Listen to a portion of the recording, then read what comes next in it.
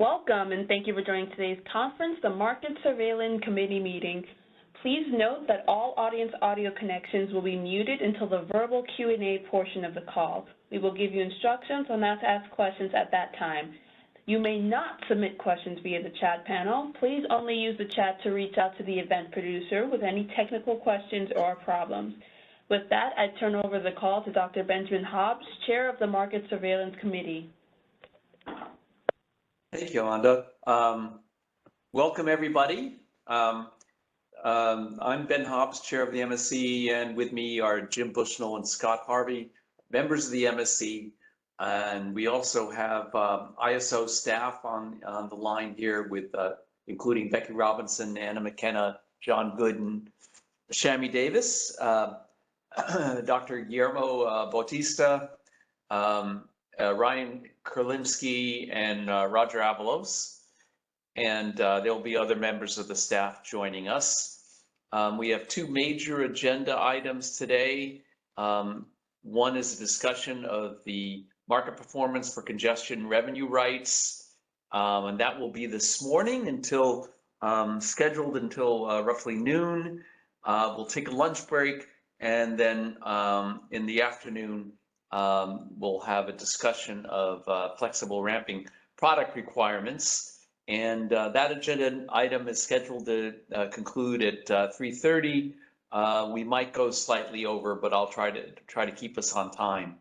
The other agenda items are, first of all, as always, we give an opportunity for public comment or questions on any issues, although I would ask that you if it's an issue that we're addressing later on the agenda today, that you hold your questions until later. So we'll get to public comment in just a second. And then we'll also have, we have to approve some minutes. And our final agenda item, as always, is to review future agenda items. So at this point, I would welcome folks to get in queue for the phone line for public comment and questions, if there are any. And Yolanda, if you can check to see whether anybody has indicated an eagerness to ask a question or make a comment. If you are on WebEx, please use the raised hand icon, or if you are on the phone line, please press #2 in order to ask a question. I'm sorry, *2.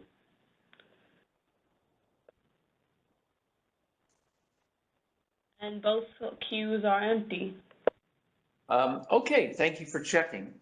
Okay, second, we have two sets of minutes, one from May 4th of this year and the other from September 25th.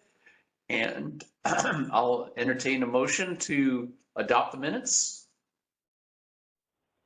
I second the motion. Oh. Go ahead, Jim. All right, I'll be the second. Okay. Okay. Dr. Harvey has made the motion, and Dr. Bushnell has seconded it. Any corrections to the minutes or any comments? Not from Scott. Me. Okay. Therefore, I'll have the vote. And Scott? Yes. Jim? And I vote yes. The general session minutes from May 4th and September 25th, 2023 have been adopted unchanged. And now we are ready to have a congestion revenue rights discussion. And let's see, who will be presenting? Will that be Guillermo? Yes. Okay. It's me, Ben. Thank you for doing this, Guillermo. Looking forward to the discussion. Okay, thank you so much, Ben. And good morning, members of the committee and market participants. I think it has been about 4 years. We discussed last time the performance of the CRR market, right after we implemented the significant changes that were driven by the policy initiatives of 2017, 18, 19. And we are bringing this item for resuming the discussion on the performance of the CRR market We have seen some concerns expressed by the Department of Market Monitoring. We have continued to do our own monitoring of the performance of the market. And I think it's the right condition to start assessing after we have accumulated 4 years worth of data to see how the changes that we implemented back in 2019 are working as of today. Can we move to the next slide, please? To provide some context to the discussion, there are, I would say, 3 main areas that we are targeting for a holistic analysis, and that includes the auction efficiency. That is one of the primary items that the Department of Market Monitoring has raised. We also look at the revenue adequacy because it's one key element to assess the performance overall of the CRR market. And lastly, but not least, also the changes that we implemented regarding the pro rata funding, how they are specifically working, how the design that we implemented is working. Over the last few rounds of the analysis, we found out that there were some areas that potentially could be improved, and there are some other areas that we continue to assess. Now, the CRR market is quite a complex market that we have. There are several salient points that interplay in such a way that make things a little bit complicated. The first part of this analysis is really focused on trying to understand the trends, the symptoms of how the CRR market is performing, so that then we can go into a deeper dive analysis of the drivers, the causes of what we are seeing. This first session is really focused on this bigger picture of the overall dynamics of the market. The next round, whenever that happens to be, we're going to go into the causes and drivers of what we are seeing at the general level. These 3 items, even though they are classified as specific items, they are quite interrelated. Potentially the same drivers that we are going to be tackling for one of the 3 components may have implications for the other 2 components. And again, when we look at the auction efficiency, the revenue adequacy, we're looking at the symptoms, the results of what the drivers may be behind.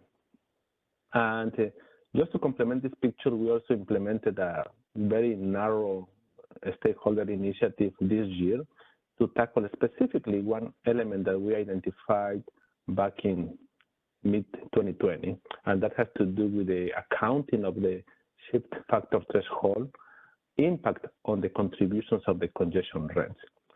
And this is the scope of this presentation. So we can then now move to the next slide, please.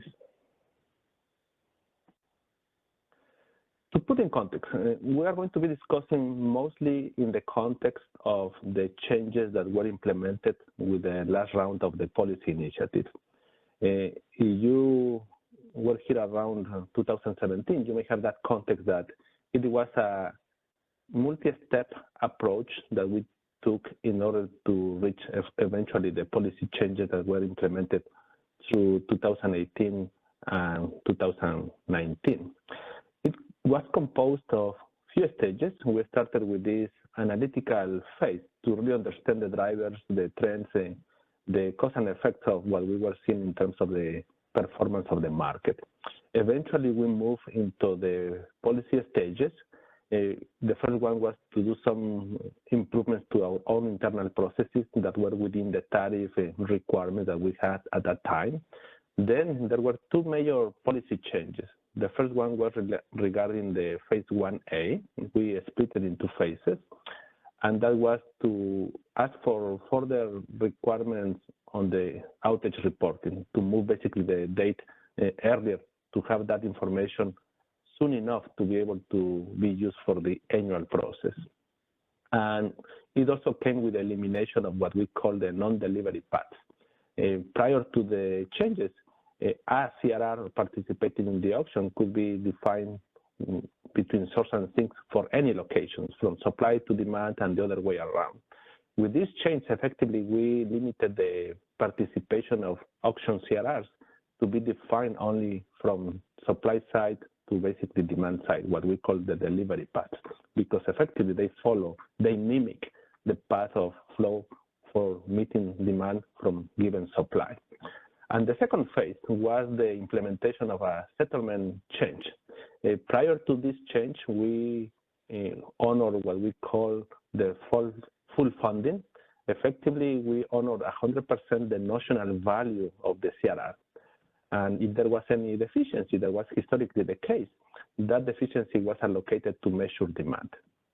With this change, effectively, we are paying CRRs up to the amount of the congestion rents that we collect from the day-ahead market.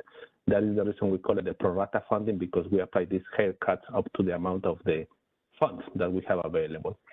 And we also implemented a change in the amount of capacity, transmission capacity, that we release in the annual process to give us more room for potential change that came after the annual process and be able to react or have the flexibility to not run into this limitation. And most recently, as I indicated, we targeted a very small change regarding the shift factor threshold. And this was driven by one of the issues that we identified when we assessed the performance of the pro rata funding. That change eventually was implemented in mid-September this year in 2023, and this is part of the assessment that we're going to continue to do, how this is working after this enhancement has been implemented. As of now, it's a bit early to have a good data sample to assess how it's working, so we want to accrue a little bit more of data to see how the trend is looking like. With that, this gives us the context of what changes were implemented effectively 2018, 2019, and most of the information that you are going to see today really narrows in that period to see, since the changes were implemented, how the market has been performing along the key areas of interest. Next slide, please. And to start the conversation, you are going to see different metrics in two main areas, and all is about the CRR settlements. One key concept that we have been tracking since day one of the CRR market has to do with the revenue adequacy. The revenue adequacy is a very key concept when there is a market for congestion revenue rights, and it simply means how well we are to balance the money inflow and outflow. How much congestion rents we collected in the day-ahead market to be able to pay the CRR holds. If we have less congestion rents than the CRR payments is a state that we call revenue inadequacy. And this was a metric that we started tracking since day one for the CRR market. And it's really a key identifier of potential issues, because ideally, the expectation is that the CRR market is going to converge to the day-ahead market, that the amount of transmission capacity that we release in the CRR market is going to be up to the amount that we are going to actually be trading in the day-ahead market. And when we have these instances of revenue inadequacy, it's really pointing to these conditions where there is a divergence, there is a delta between the two markets. Maybe we released too much capacity, maybe it was too constrained in the day-ahead market, but there is this delta that is creating this revenue inadequacy. And that is the reason it's so important to keep track of this metric and understand what drivers are causing that revenue inadequacy. Now, not completely unrelated, we have this other concept that is auction efficiency. We are still talking about the settlements of the congestion revenue rights in a different context. In this context, we are talking about the efficiency measured by the difference between the money paid to auction CRRs versus the money that was collected when we sold those CRRs. And this is much of the material we have for the rest of the presentation. Now, this may look to be kind of independent, unrelated concepts. They are, but the underlying elements that are driving the conditions for how well they are performing may have very common elements. And at the end of the day, it's about the way we model the conditions in the markets, both in the congestion revenue right market, but also in the day-ahead market, and how they well converge to each other. Next slide, please. When we go into the discussion of the auction efficiency, there may be more than one way to measure that. The way we're utilizing the information to get an indicator of that efficiency is by a simple comparison.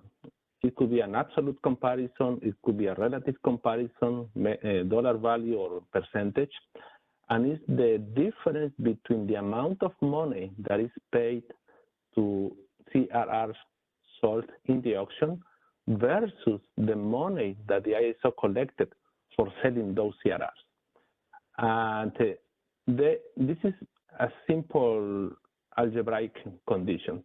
This math, however, doesn't account for the value of money over time. It doesn't factor in any risk premium that is associated with congestion revenue rights. It's just face value of flow in and flow out for the settlements of congestion revenue rights. And the drivers for that delta, that most of the time is going to be positive, are diverse. And this is one of the areas that we are scared to continue to analyze in the second phase of this analysis effort. Next slide, please. Now, before going into the specific trends, there is a lot to unpack. How the auction efficiency comes to play eventually when we consider all the different elements that are part of the CRR market. We have different processes that apply at different times through the sequencing of the process. We have an annual process that is composed of an allocation process and an auction process. And each color bar that you have in this illustration indicates one of those processes. Then we have the monthly process that is after, it's in a sequential manner. We have that monthly process that also consists of one monthly allocation followed by one monthly auction.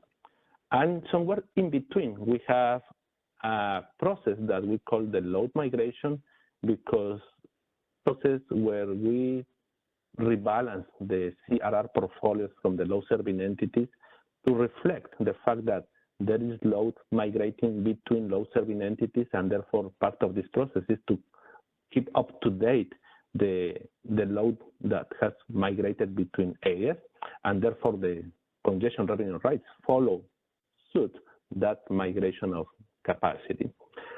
And the very far right end, you have what I call the payout, is just the settlements of the congestion revenue rights for the participants that are holding those congestion revenue rights.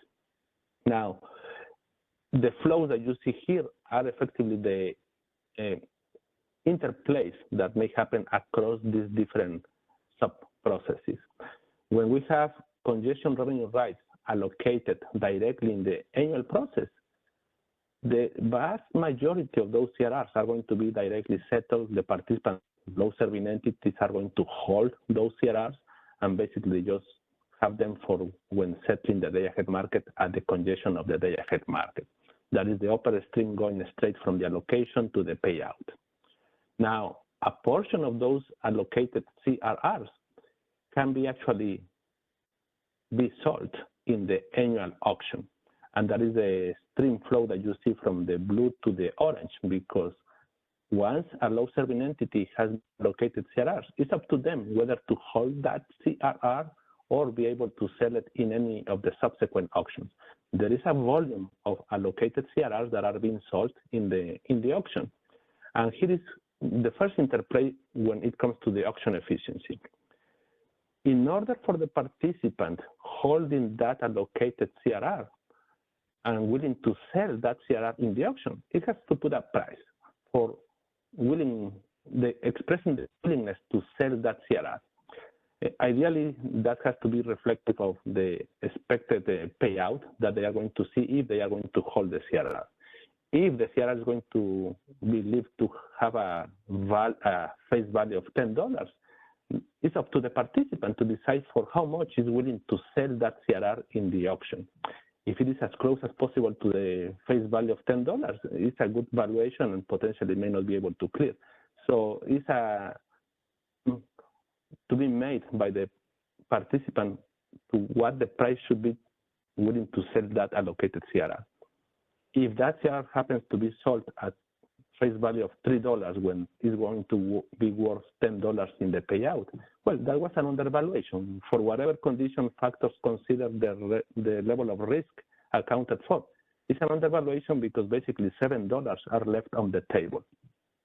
This $7 is going to be capitalized by whoever buys that capacity in the auction.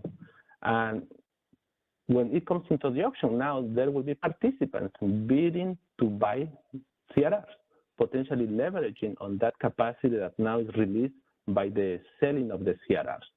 If that participant is willing to buy that CRR that was sold for $3 at some other price below the $10, there will be some revenue to be made by having that purchase of the CRR, because it's going to be lower than what eventually the payout is going to be. So those participants bidding to acquire, to buy those CRRs, depending how they bid, there may be some interplay here for underbidding. They try to get that CRR for the lowest price possible. And part of that is going to be to capitalize the undervaluation of the entity that was selling that CRR in the first place. When we move now annual process into the monthly process, there are 2-3 other interplays. The first one is participants that come into the annual auction can buy CRRs.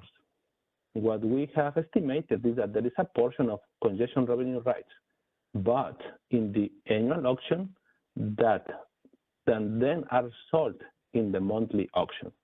They are showing buy low and sell high, buying in the annual and selling in the monthly. And that is an arbitrage. It's simply an arbitrage between the temporal processes that we have of the annual versus the monthly. And there is a component of that. As we move into the monthly process, the same cycle repeats.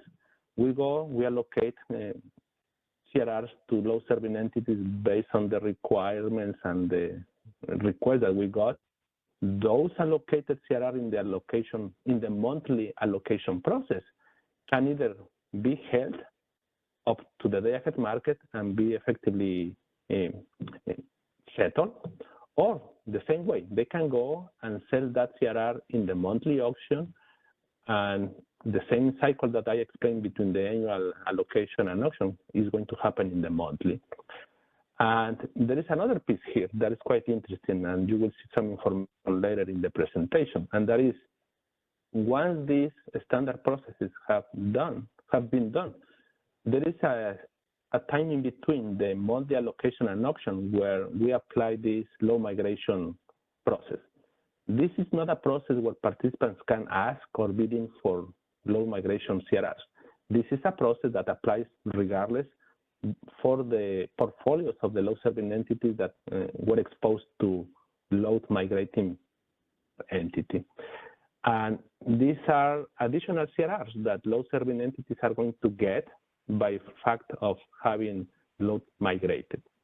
Once those entities have that additional CRRs in their portfolio, it's the same like any other CRR. They can hold that CRR all the way through the payout of the day-ahead market, or they may be able to sell it in the upcoming auction.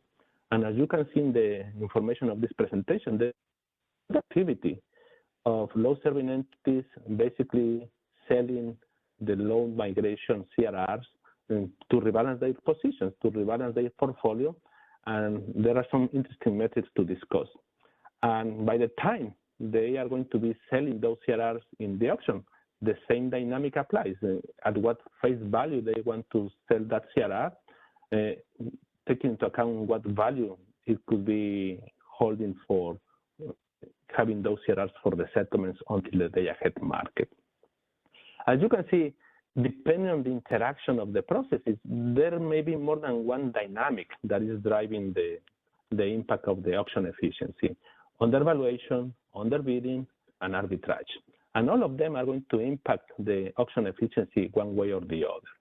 And that is so critical that when we start analyzing the auction efficiency, we can be as granular as possible to be able to capture this type of dynamics. Next slide, please.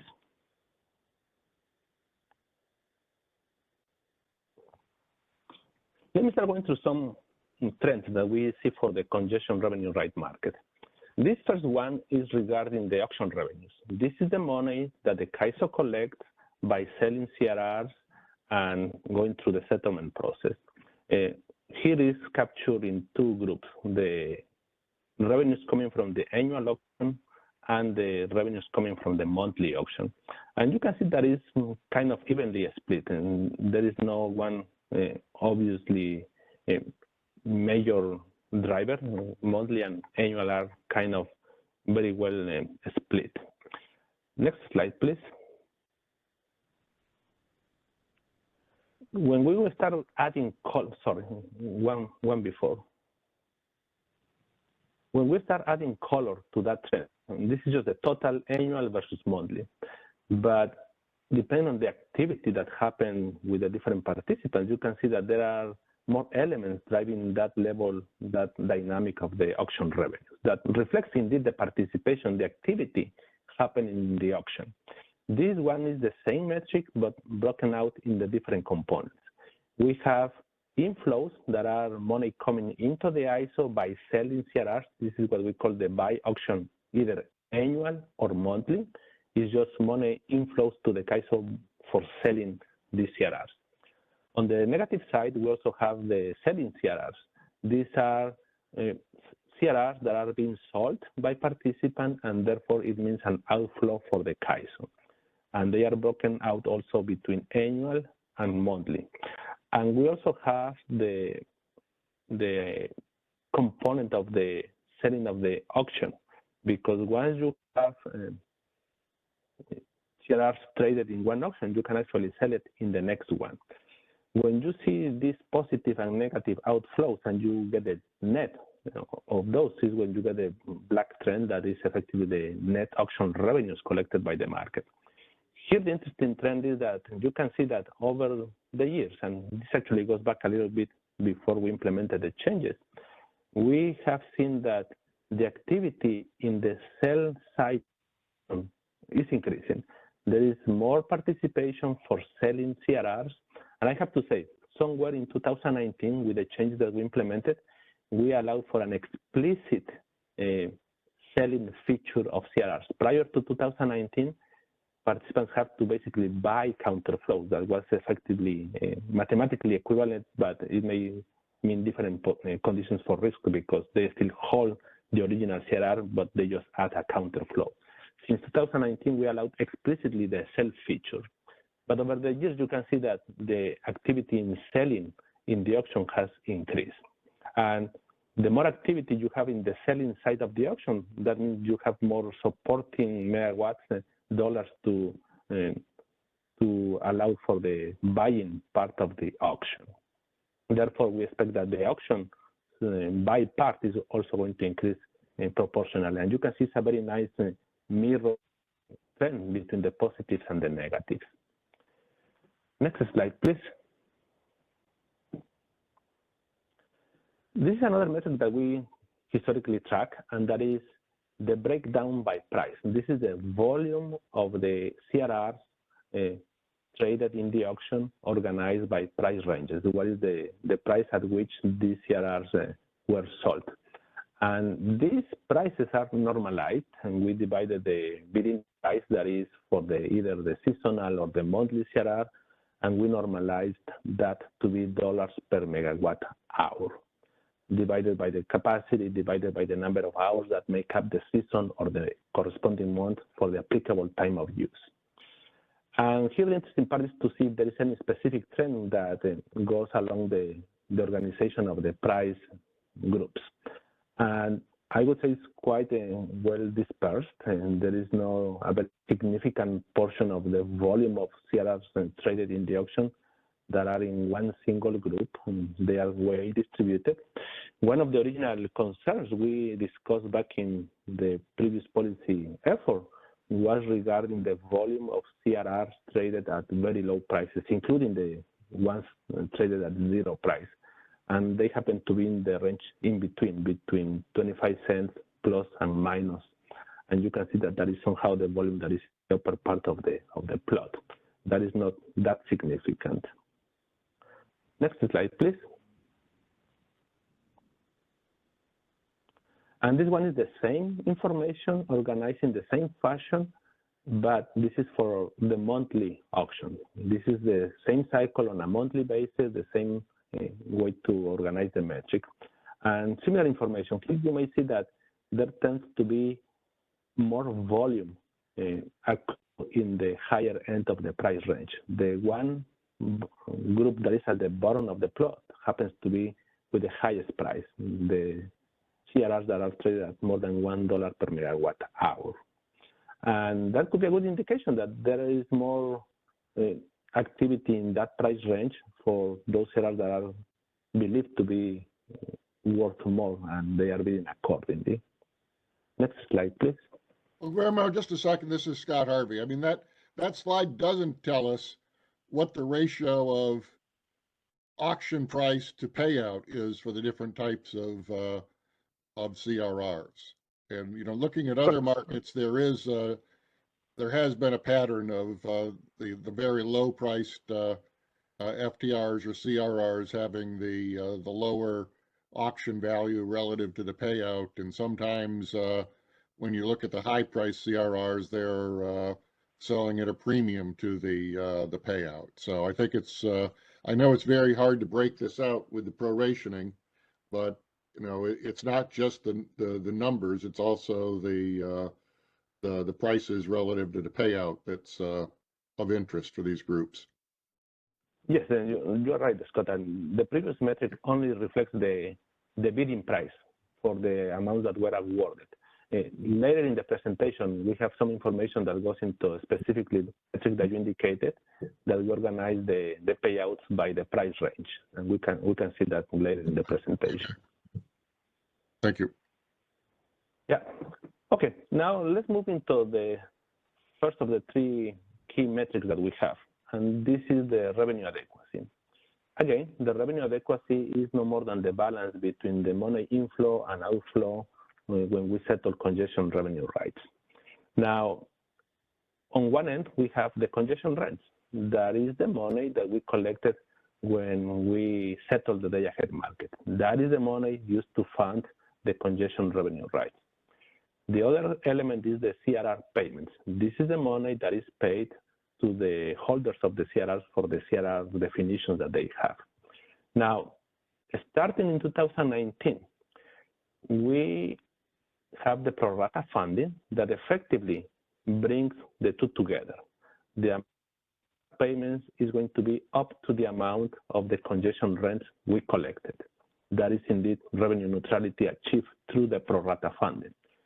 This metric, even after 2019, continues to be tracked because it's critical for us to understand that even though we have this pro rata funding process to bring that neutrality, this metric tells you the natural revenue adequacy of the CRR market. The pro rata funding only haircuts to bring the neutrality, but this still tells you how well the CRR market is converging to the day-ahead market. This is what I call the natural revenue adequacy. It's not longer settled, but we track it because it's a good indicator of how far the CRR market is diverging from the day-ahead market. The line with dots in dark red is just a percentage of the difference between the blue and the gray to give you a relative sense of the percentage of the adequacy. And if you sum up all the numbers together for this period of 2019 through the third quarter of 2023, overall the revenue adequacy is in the range of 81%. That means it's a relatively low value. And you can see, for instance, extreme cases like Q2 of 2022. That is potentially, that Q2 and Q3 are potentially the largest difference we have seen since the implementation of the new policy. And it's exposing underlying elements that may be related to outages, limit management that we have in the day-ahead market, you name it. Is this discrepancy between the CRR market, capacity that is released and priced, versus what is released and priced in the day-ahead market. And therefore, it's a good indicator of where we may need to look deeper in the next round. Guillermo, can you remind me what was the revenue adequacy before the phase 1B stuff came in?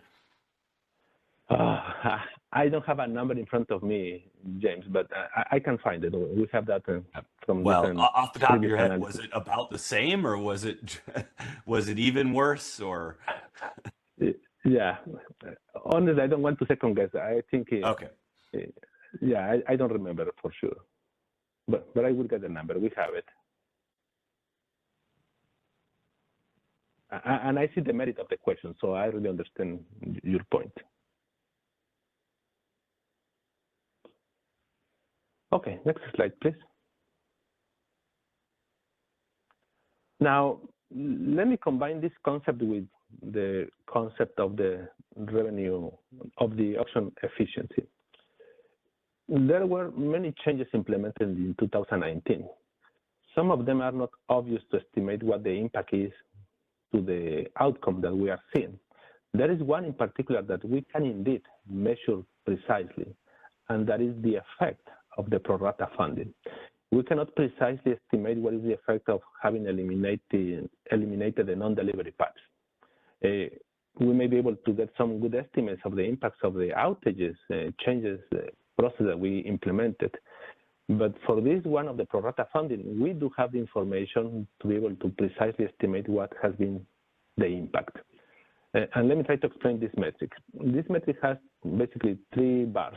One is for the auction revenues that the CAISO collects by opening the auction and selling the CRRs. That is depicted in gray. The next bar, that is the darker blue, stands for the notional CRR payment. That is the CRR payment if we were to honor the face value of the CRRs.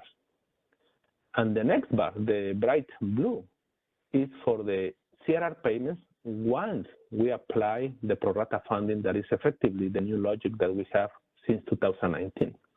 If you look at and compare, for instance, the blue bars in 2017 and 18, they are the same because we didn't have pro rata funding. It was still pay at the full notional value. The bars in blue start to diverge starting in 2019 because that is going to show the effect of the pro rata funding. By how much we reduce the notional value, the notional CRR payment, between the darker blue and the light blue. That is the delta that the pro rata funding is taking away from the CRR payments. And we have done this for both the allocation CRRs, and this one is specifically for the auction CRRs, because we're comparing against the auction CRRs. And you can see that for every year, the lighter blue is going to be lower than the darker blue because we are applying pro rata. There is always a level of pro rata funding that we apply to the CRRs, both allocation and auction. I see Ben's hand before we can continue. Thank you, Guillermo. Thank you for this chart. I just wanted to state a slight caution here, which is that to say that the reduced payouts because the pro rata adjustment has has resulted in the increase of this percentage. Probably, I would expect that the pro rata adjustments have also decreased what people are willing to pay for the CRRs in the auction. So I actually suspect that the impact is less than this, but we can't precisely calculate that. Whereas the ratios you've shown here, we can precisely calculate. Well, isn't it true that what this seems to say is that the payouts have gone down faster than the auction revenue?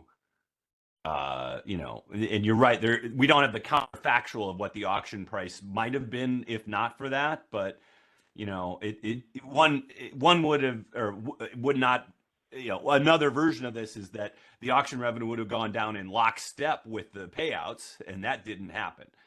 Yeah, remember there are a number of changes. I mean, this shows that something we did raise the ratio, but it isn't necessarily the pro rata payment, because there was also the restrictions on the sources and sinks. There's also the CAISO making an effort to model more constraints. So there was a bunch of things that were done. And I think this shows that in total they had some effect, but it's very hard to figure out which one.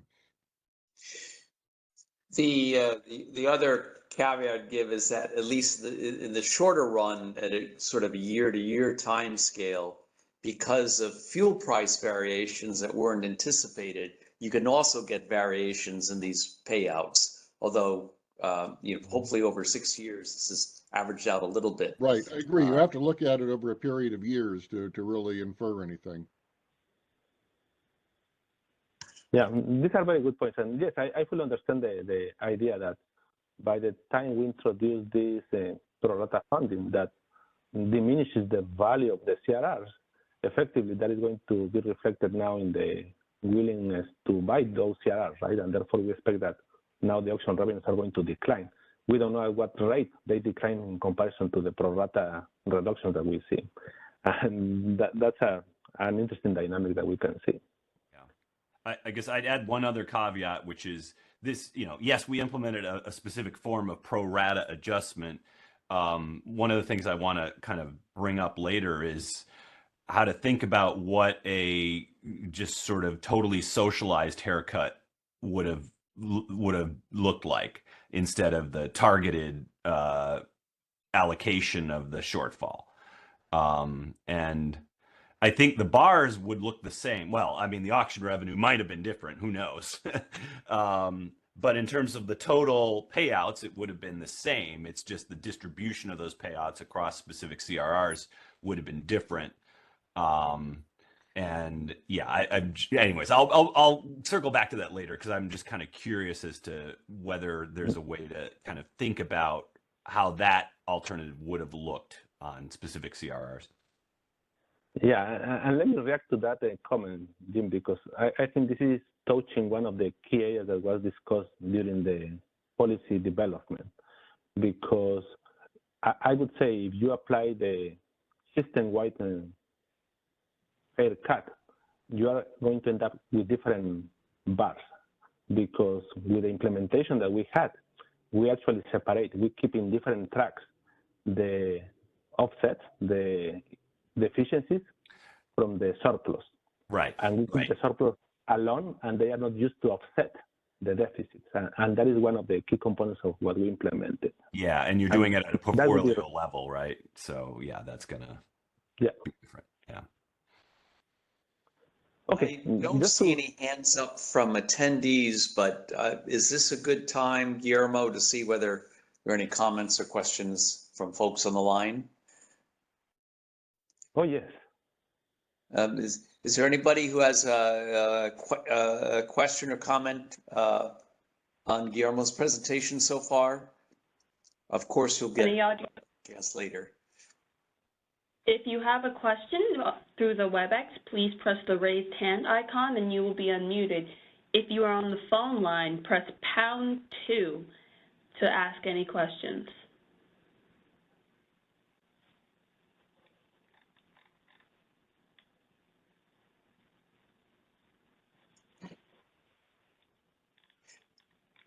Okay, Guillermo, I guess you're good to go. Okay.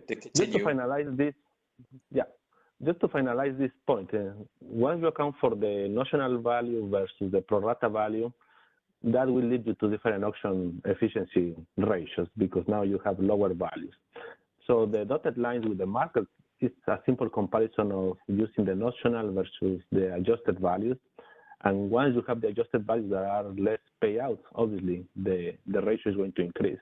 So overall, if you take this period of 2019 through 2023, we can see that the pro rata logic plus all the secondary effects that we may see increase the auction efficiency from 49% to 65%. Next slide, please.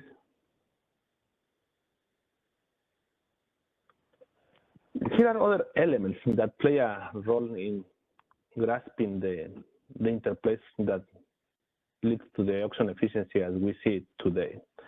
This is effectively the offsets. These are the dollar values that we have to reduce for the CRRs, how much we have to haircut the CRRs to achieve this revenue neutrality.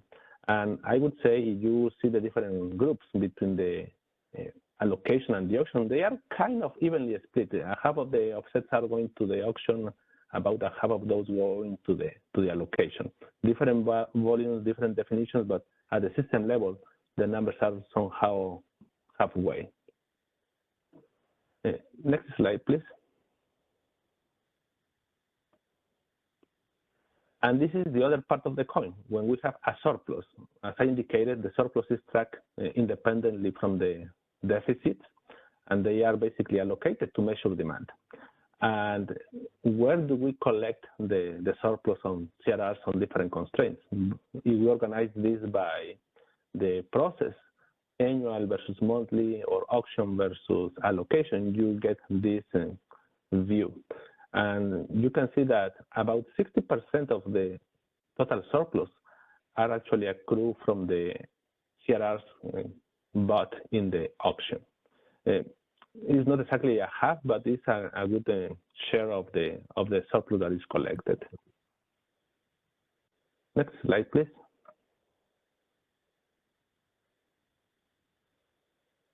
And here is another effect of the more explicit than the slide covered 2-3 spaces ago. This is the amount, or this is the distribution of the payout reduction between the annual and the monthly. We have this amount of dollars that is applied as offset to the auction CRRs, how they are distributed between the monthly CRRs and the seasonal CRRs, and it's kind of still evenly split half and half. Jim. I was trying to piece together from this set of slides whether there's a sense that the pro rata logic has impacted the allocated CRRs any differently than the auction CRRs. And I think there's some kind of transitivity across a few of these calculations you've already made that maybe gives that implication. But I'm just wondering if you have either looked at that or have a general impression about, I guess the first order question is sort of whether the reduction that happens, and I know it's complicated because you got this portfolio thing kind of in the mix as well, but whether it has kind of affected the value of auction CRRs differently than those that are allocated, or whether it's kind of looks, it feels like from these slides that it's kind of looks pretty similar, but I'm not fully sure we can conclude that from these. Yeah, I think you may have to look at more than one slide to try to come up with that view. I would say through the material that we have, the conclusion that I would take is that they are kind of evenly impacted. You don't see heavily sided to the auction or to the allocation. Yeah, I got the same impression, but I wasn't sure I was reading it right. Yeah.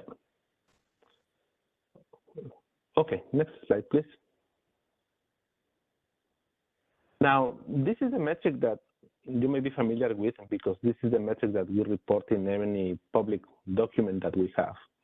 And this is exactly the same auction efficiency metric that we just discussed. The caveat here is that this metric that we continue to report is on a monthly basis.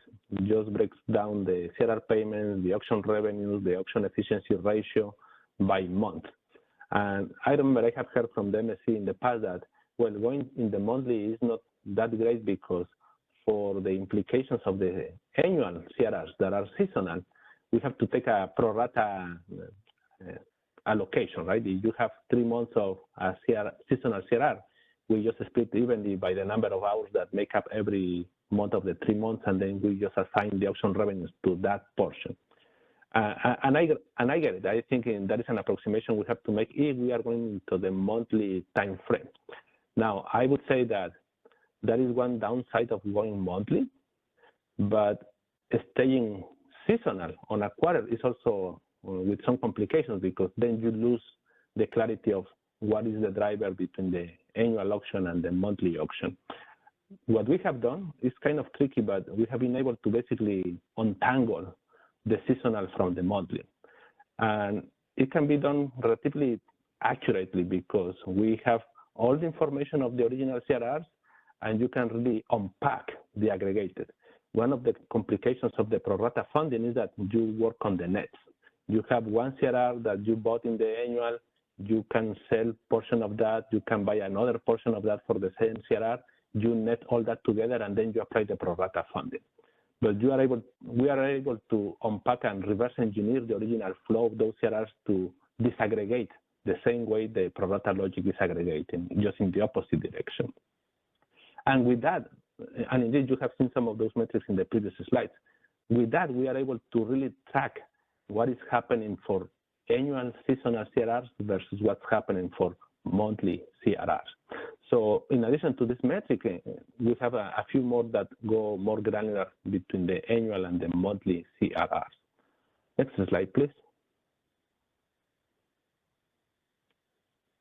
And this is how the payouts look like when you break down those between specifically the seasonal CRRs and the monthly CRRs and also the auction.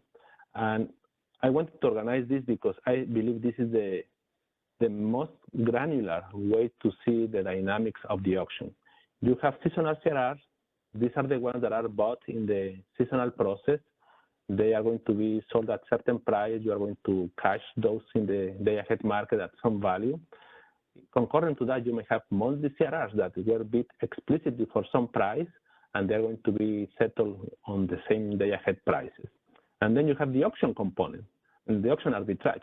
These are the CRRs that were bought in the annual auction, then they are sold in the monthly auction, and they are never exposed to the risk of the settlements of the day-ahead market congestion because they are just liquidated between the annual and the monthly auction. And here you have the three colors, just to give you a sense of where the payouts in excess are accruing, how much is on the seasonal annual CRRs versus the monthly and the auction arbitrage. And what you are going to see from this trend is that about 60%, 63% of the payouts in excess is actually coming from the monthly CRRs. Yes, Jim? Okay, so 63% of the excess is coming from monthly. Do you know what percent of just the payouts are monthly? I'm trying to get a sense if this is disproportionate to the size of the payouts in the two categories. Right. Or just the auction value between seasonal. Yeah, the auctions or payouts. Something that we can, because if half the value is in the seasonal auction, then this is suggests that it's disproportionately excess payouts in the monthly. So I think you have to relate this to, as Jim was saying, some measure of. Yeah, relative to the payouts. Yeah. I may not have that explicit comparison in here, but I think we can just put together the two metrics that are in different places of the presentation.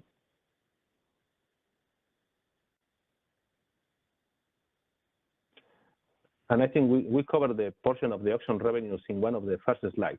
I think it's a matter of comparing that, how much is relative to the auction revenues from the annual versus the monthly, relative to this one, and also the CRR payments of the monthly relative to the annual, and we can get that proportion.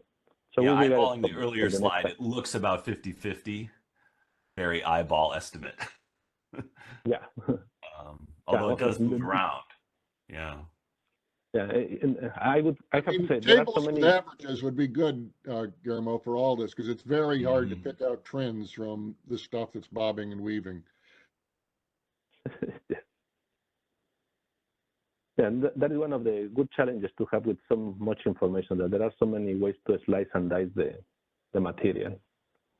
Okay, thank you for the feedback. Next slide, please.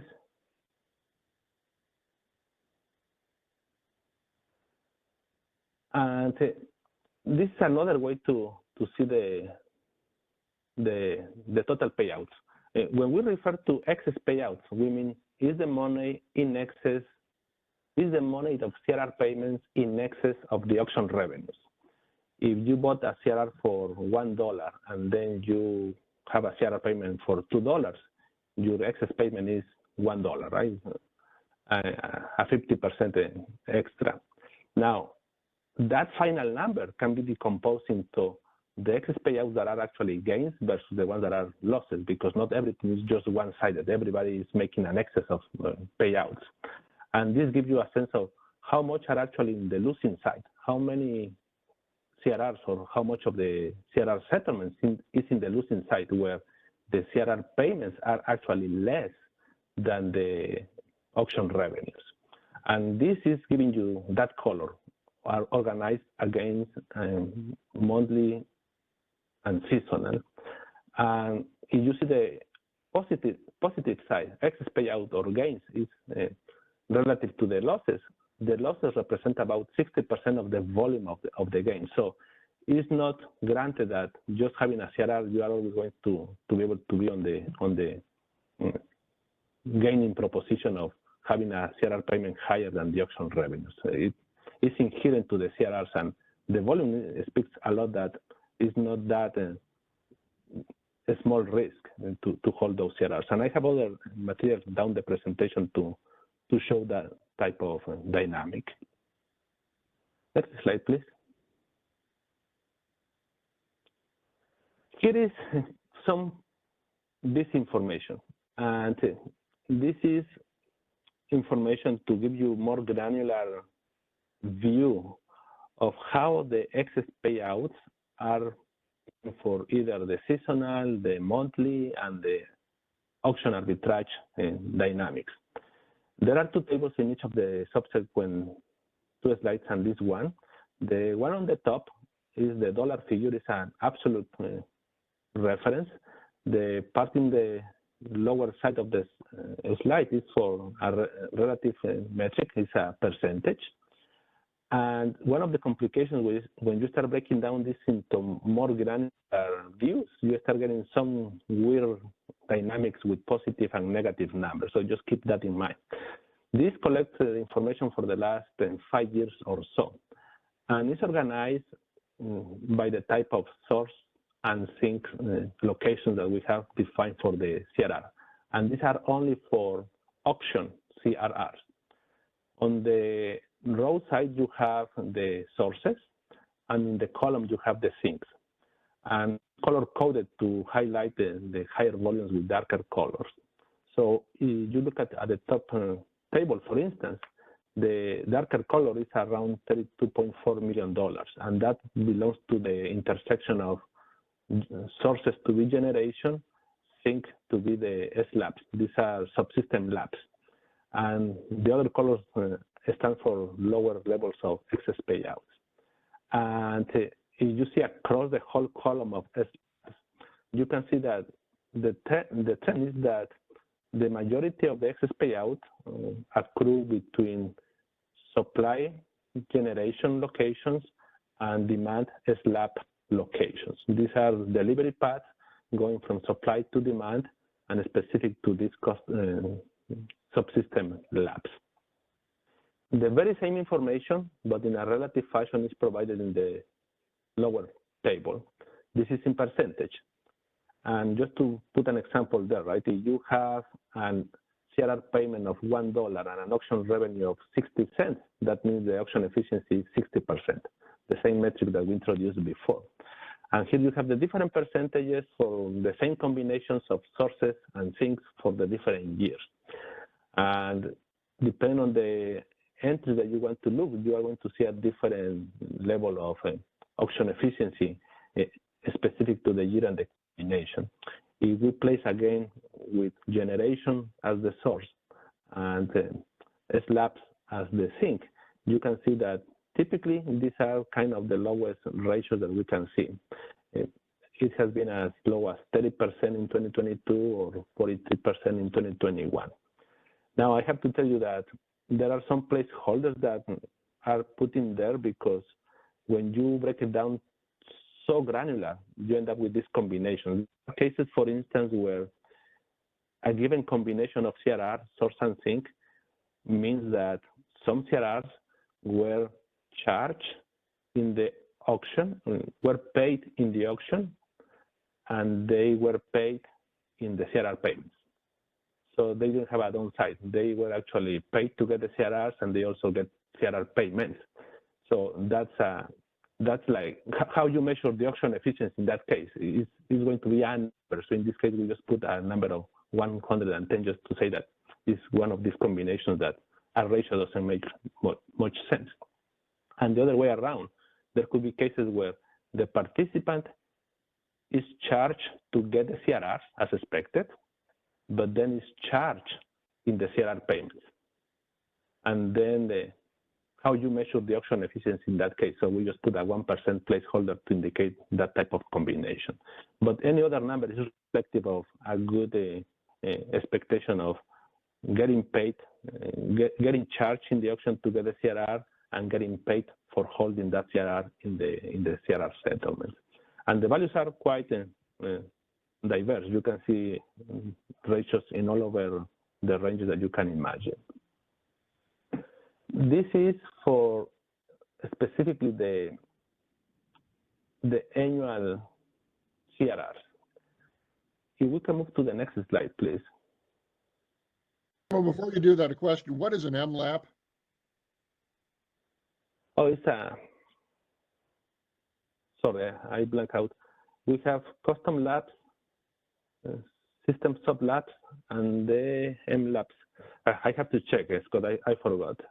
Okay, good. I didn't know either, and I was wondering because I knew about the C-LAPs, D-LAPs, and S sub-LAPs, but I was struggling with the new one and wondering what it was. Medium sub.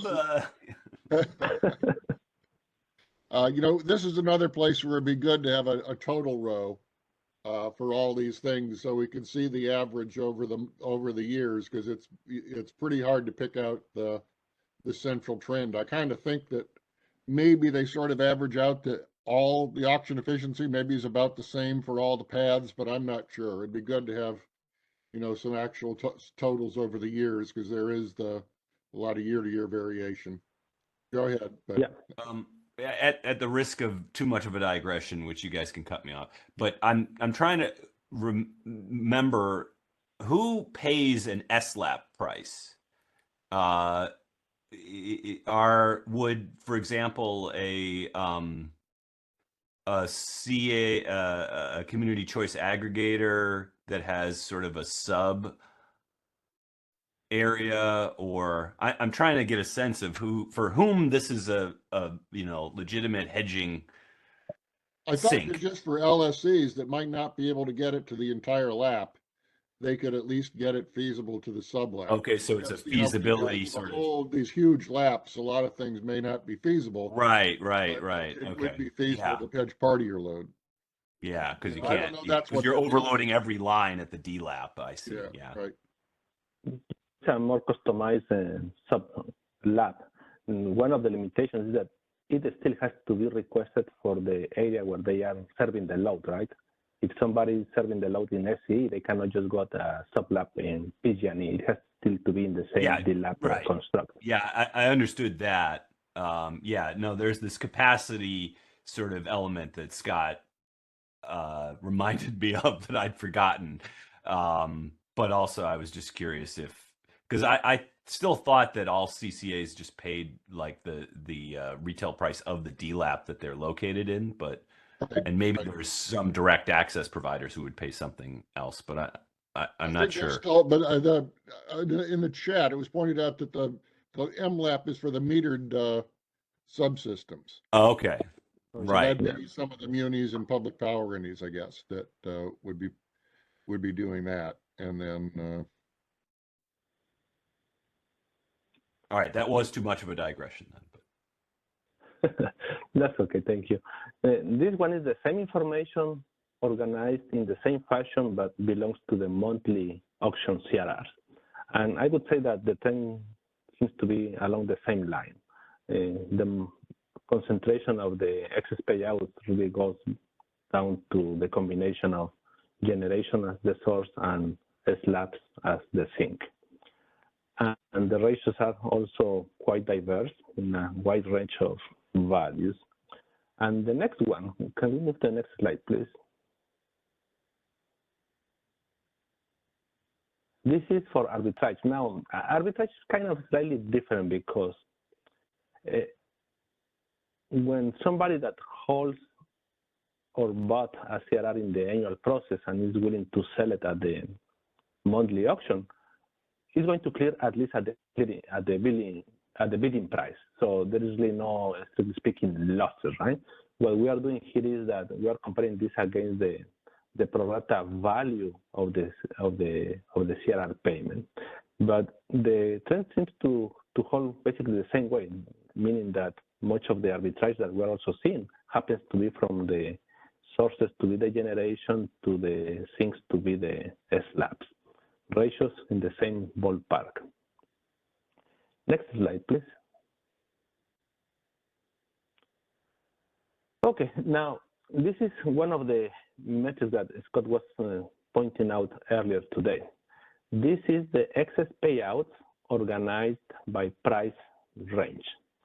So we use slightly different price range just to make it meaningful in terms of the color coding, but you have prices going negative or exactly at zero and broken out in different ranges for the positive value CRRs. And then the height is going to be the excess payout. That is the difference of the CRR payments and the auction revenues. And I see a lot of colors. I cannot see a very specific trend that says that much of the payouts in excess are concentrated in a very narrow price range, like the low value CRRs. And that's kind of interesting. You're not controlling for the value of these things. I mean, the high price CRRs might have a value that's 10 times that of the low price CRRs. So to say that they get a little bit more, and there's all these pluses and minuses, this is really where we need a table that we can see, what does it average out to over the 5 years, and also have the auction value, because the earlier table, there's a lot of the high priced CRRs, it seems like. So it's hard for me to figure out anything from this. I think that's right, but I think you could also conclude that, if even if the low price CRRs are making a disproportionately huge amount of, percentage wise, huge profits, if we got rid of that altogether, there still would be losses. A lot, yes. But you also notice that it's the high price CRRs that have got the offsetting losses. They're the ones that are below the line. That's where I get strained mentally into backing out the ones that have the losses below the line and the profits above the line, and then they're all paying for it. It's kind of tricky, at least for me. Yeah, that's true. The dark reds are above and below a lot. So averaging that out over a longer period. Okay, yeah, I will see how we can organize in a different way to give that relative sense. I think this was the focus on the absolute sense, right? Dollar-wise, at the end, these are the dollars that we are tracking and where they are collected. But I understand the view of having a relative perspective as well. Next slide, please. And this is the one for the monthly. Again, we are able to break down between the seasonal and the monthly. This is, again, all over the place in terms of the price ranges. So the same holds true for the monthly. Next one, please. Now, let me expand a little bit in terms of the CRR payouts, the excess CRR payouts. That is just the algebraic difference between the auction revenues and the CRR payments. We have this concept, right, that you pay to get a CRR and then you are entitled to a CRR payment once you go over the settlements of the day-ahead market. And this is the more granular representation of the 100 versus 62% of the gains versus the losses. And here you have this scatter plot just making the correlation between the auction revenues, that is the x-axis, and the CRR payment, that is the y-axis. And each dot basically represents a CRR for that month. This is the monthly view for one specific quarter. We pick just Q3 2023. And each color is for each of the 2 months, and the size of the bubble stands for the size of the CRR award that settlement has. there is a line here at 45 degrees that is the separation between those that have a gain in the CRR payout versus a loss in the CRR payout. And you can see that there are a lot of dots in the lower part of that 45-degree line, right? These are the ones that incur losses because the CRR payments were less than the auction revenues. And that is the 62% I was referring to in a previous slide. Just for fun, there is a darker or a thicker blue line that stands for a simple linear regression, just to see if we took all the points where that line falls rather than the perfect 45-degree line. And this is a zoom in for the small range of the dollars. The little upper plot that you have there covers the entire range of the CRR because there are some outliers that go far away from the range. And this is just interesting to see how they are distributed. You can see that there are dots all over the place. And yes, they are concentrated more around the small values. There are many CRRs with small CRR payments. And there are some CRRs that are quite sizable that indeed have some meaningful losses when you compare versus the payments. You can make any conclusions out of this plot that is only the monthly CRRs for one specific quarter. I'm sort of surprised by the size of some of these portfolios. It looks like there's a bunch of, is that 1,000 megawatts for the same source sink pair purchased in the auction? That's, yes, it's basically 1,000 megawatts, yes. Okay. Next slide, please.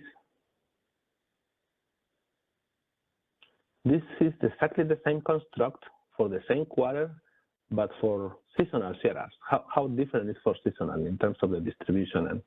And graphically, you cannot see a meaningful difference. We still have dots all over the place. The line of the 45 degrees tells you exactly where the breakdown is.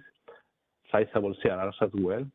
And I would say it's not surprising to see kind of similar trends when you are dealing with the same condition, right? Because at the end of the day, they are impacted by the same day-ahead congestion that happened in the system. Next slide, please. Just a second. I'm still confused by this because we have an auction revenue of 250 and it says 1,000. So that means a given source sink pair is getting $250,000. That seems like a lot. I mean, maybe it's not thousands. Is it possibly dollars? Is for a quarter, that's a lot of dollars per day. Yeah, that's the whole quarter value, the face value of the whole quarter. Right, but 2,000 hours, that means $125 per hour on average. That's pretty staggering.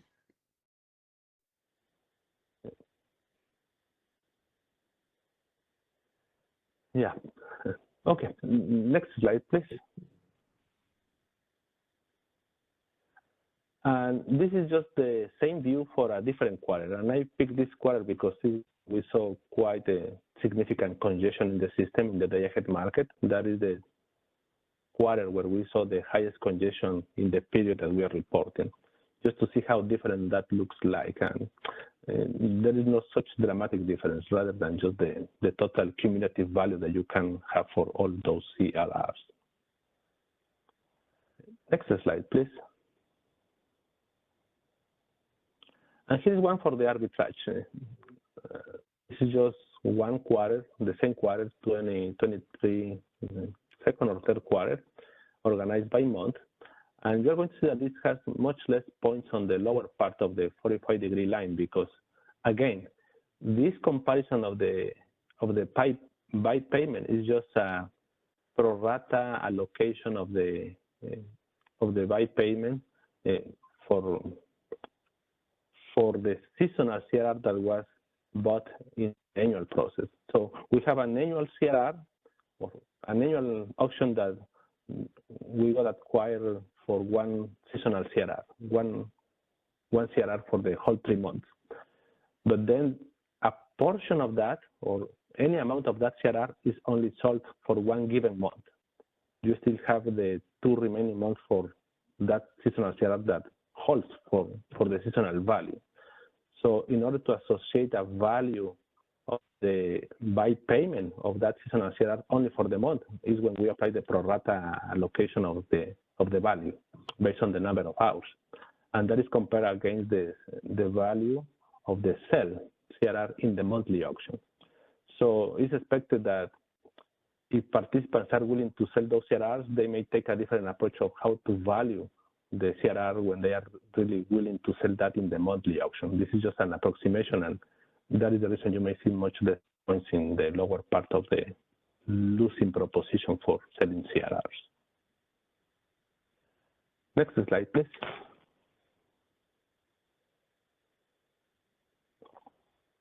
And this is the collection of auction arbitrage across the last 5 years. You can see that it remains quite the same over the years. There may be more activity in the 2021 trade year, but the trend is kind of quite similar along the years, along the months. Next slide, please.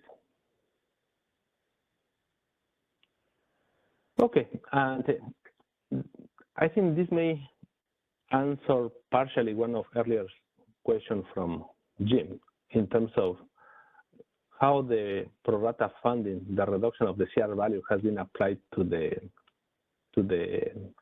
CRR. And sorry, this is still only the auction CRRs. It doesn't compare against the allocation CRRs. And this just breaks down the reduction that is applied to the CRRs between the seasonal CRRs and the monthly CRRs. And you can see that it's kind of evenly split between the two types. Next slide, please. And this is just the aggregation of the arbitrage position. So how much is the cost to buy proportionally allocated for the corresponding month versus the value by selling the CRR, effectively the profit of the arbitrage that they make over the years. And this is collected for each of the years that we have. And we can see that it's a good proposition. There is always activity in that auction arbitrage, and it's quite good to see how it's evolving over the years. You can see that there are quite high levels of arbitrage. I would say you look at 2021 or 2022, we're talking about the gain in revenues of in the range of $25 million when the corresponding value for buying those CRRs in the annual auction was under $10 million. So it's a good level of arbitrage. Next slide, please.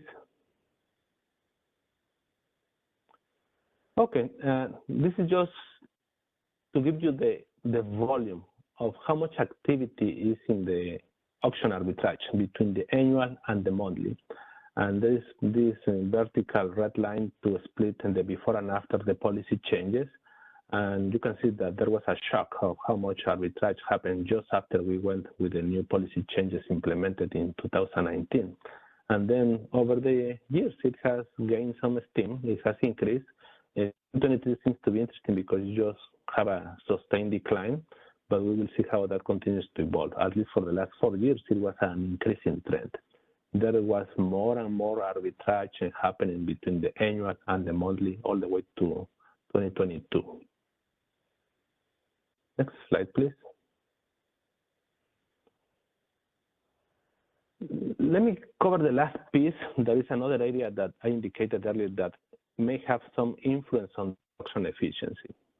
And that is part of our processes allow low-serving entities to request CRRs to cover their low-serving obligation. These are the allocated CRRs, and they define the supply, the sink locations, and through the process that we have, we allocated the CRRs.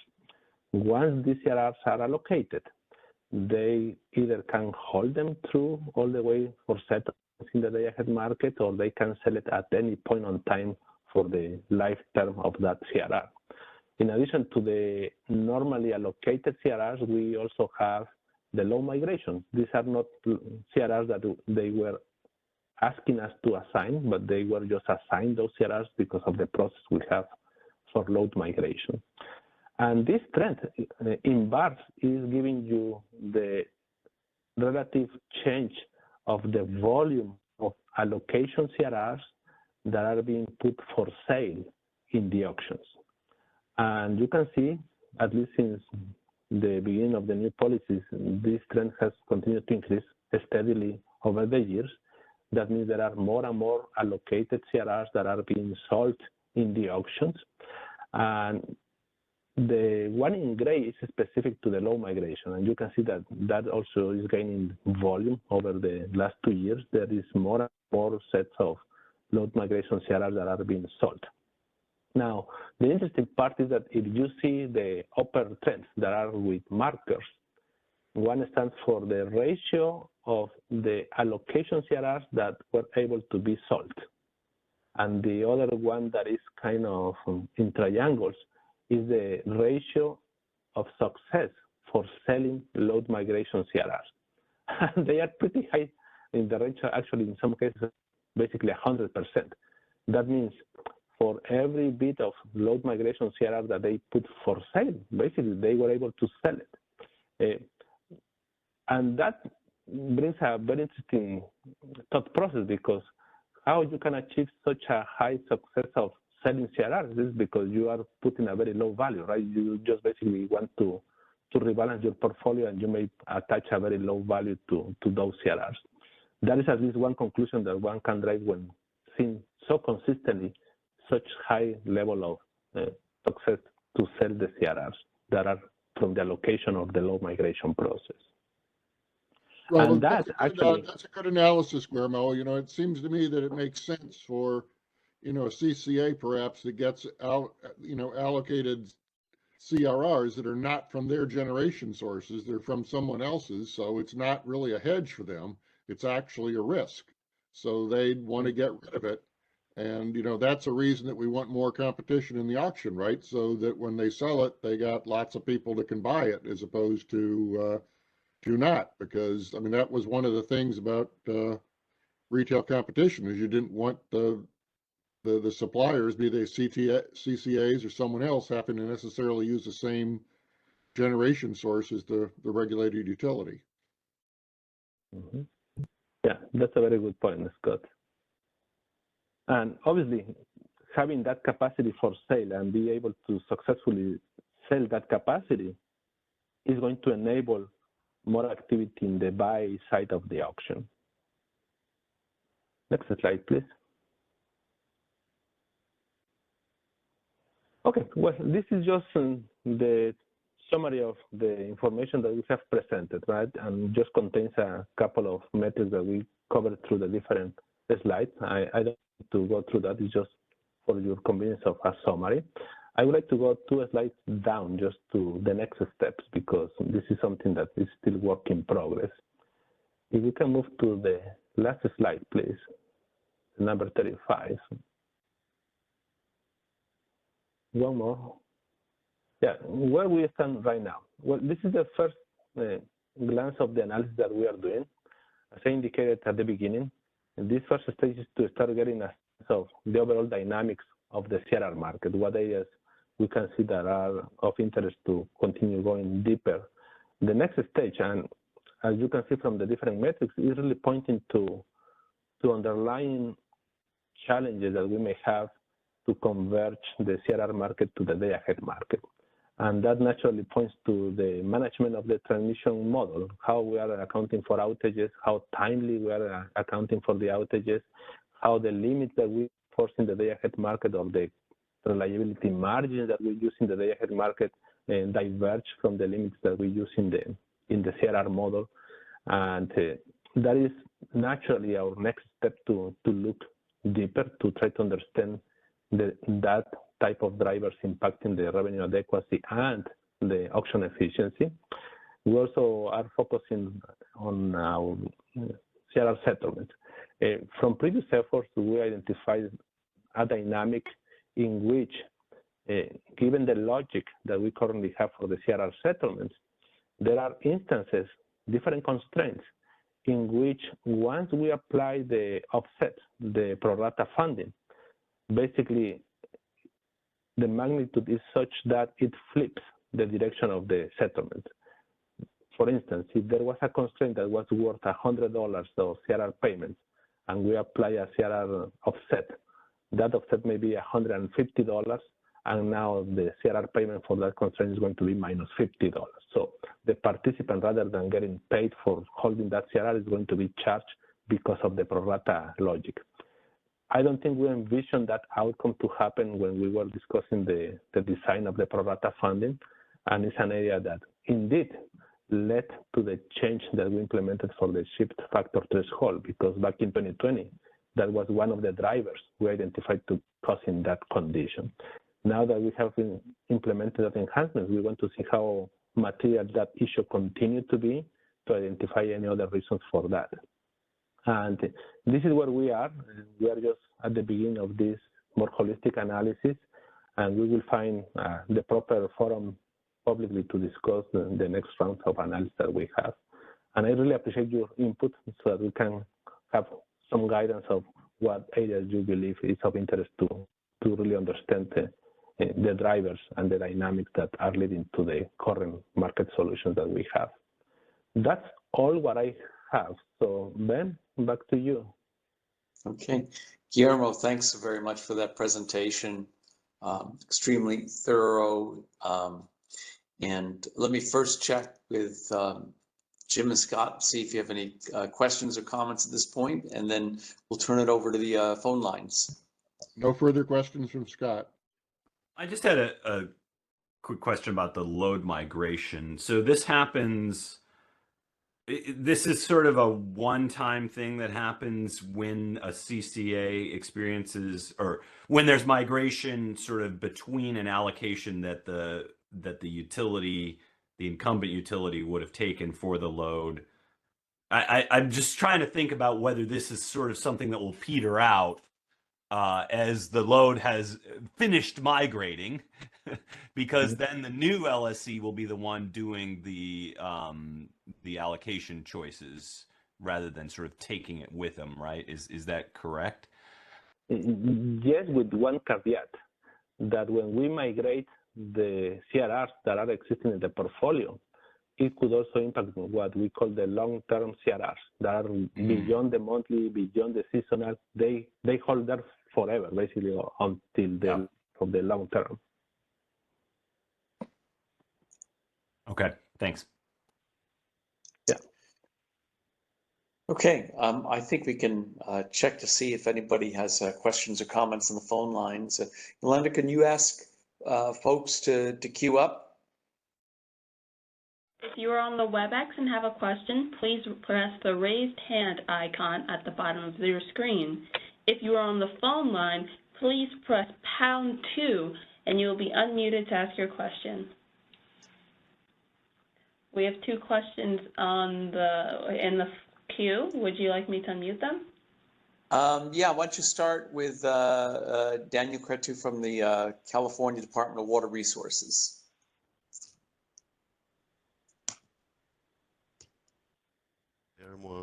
If in future analysis, he could identify that the factors that Track 1B shows to provide relative good protection for Q1, 2, and 3 of 2019, and then starting that after that,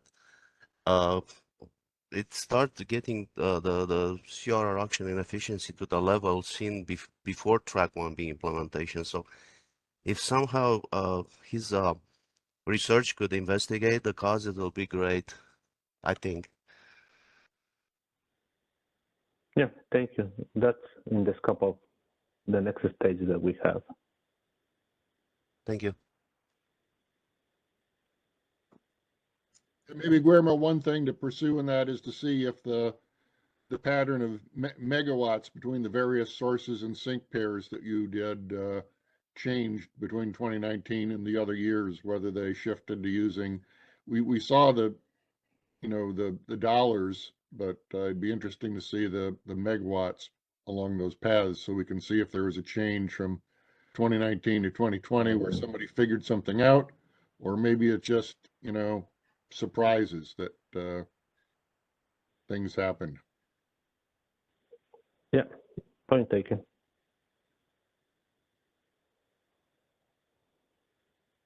Okay, thanks, Daniel. Doug?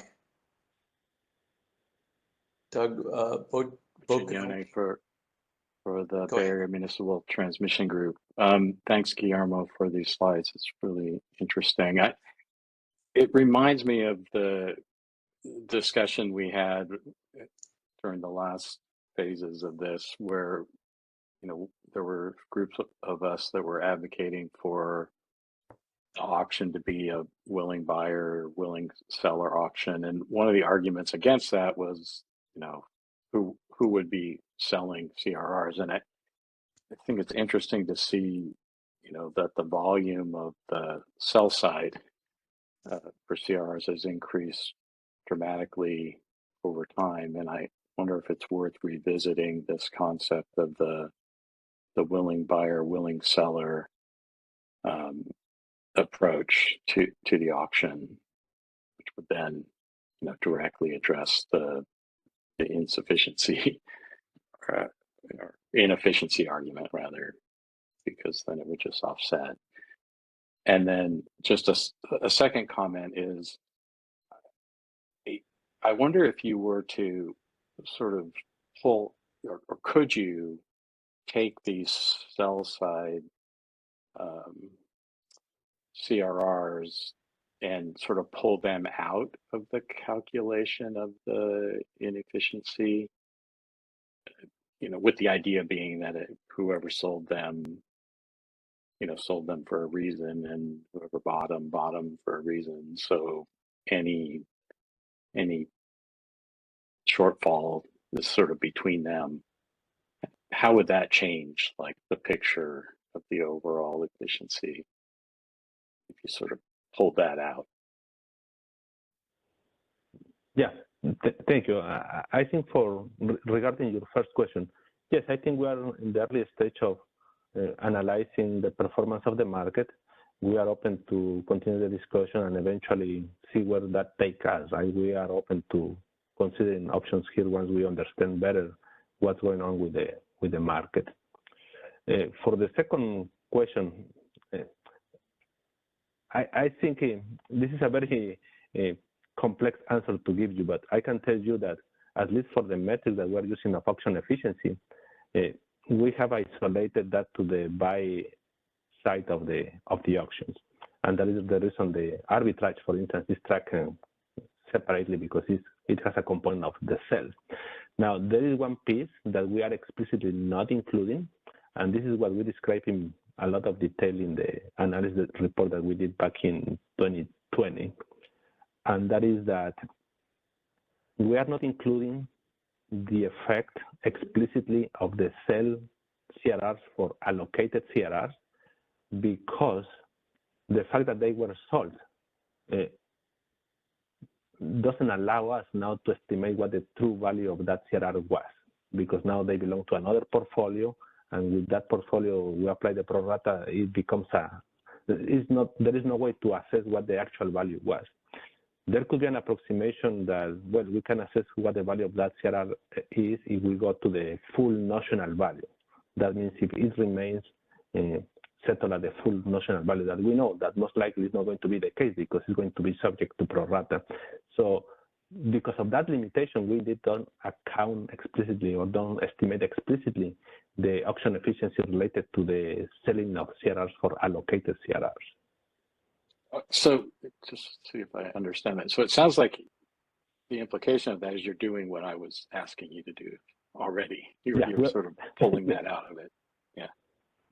Correct. Can I just ask how sell side is defined? Because I can imagine it's some combination of the allocated CRRs that are being offered in, the CRRs that are just available from the CAISO's, capacity calculations. And I assume it's those two categories, but there's also somebody who would be offering the exact same thing, but as a counterflow sort of bid, which I guess would be characterized as a buy. You know, Yeah, I think things are way easier after we implemented the changes in 2019 because we introduced explicitly the sell feature. So you can only sell a CRR if you hold that CRR. You cannot try to buy a you can buy a counter flow, but you cannot sell a counter flow. So you have to sell only the CRR that you hold from whatever process you got that CRR from. And in that way, it's very clear for us to identify sell CRR because they are effectively cell type CRRs. Okay, and so there's a category that ultimately links back to something that is allocated as congestion revenue from the CAISO to this thing we called a CRR that is categorized as something you can sell. Right.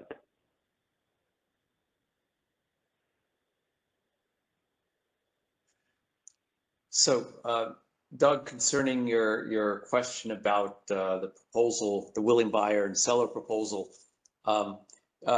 we have representatives from DMM who are with us, and I'll ask them after we're through this stakeholder questions. I'll ask whether Ryan or Roger or Eric Hildebrand, Roger Avalos, or Ryan Kurlinski could make any comments that they would like to make, and I strongly suspect that they'll say something about the possible merits of reconsidering that proposal. So thanks for the suggestion, and I see that we have somebody else on the phone line. Oh, two people on the phone line, Seth Cochran and Michael Kramick. So operator, can you unmute Seth? This is Seth with DC Energy. I had a question about assessing the unsettled flow, such as shift factor threshold, and its impact on revenue adequacy in the CR market. But you're also looking at loop flows, and have you ascertained any impacts from loop flow modeling? Because as you know, that's unsettled as well and can have impacts on funding. Yes, thank you for bringing that topic. This is the second item that we identified back in 2019-20 to be a factor driving an inefficiency in the market because it displays capacity that is not priced because it's basically loop flows or unscheduled flows. And we still have that in our view, and we want to see over the years how that has transpired. When we did the analysis of the unscheduled flows, I think that accounted only for 6 months worth of data. So we will continue to work on that to see how material that is of a driver for the condition that we see. Okay, thank you. Yeah, I don't really have a strong opinion on the impact that it poses. I just know it's out there, so it would be helpful if you continue with that. I appreciate that. Yeah, thank you. Okay. Thanks, Seth and Guillermo. Yolanda, can you unmute Michael Kramick from Boston Energy?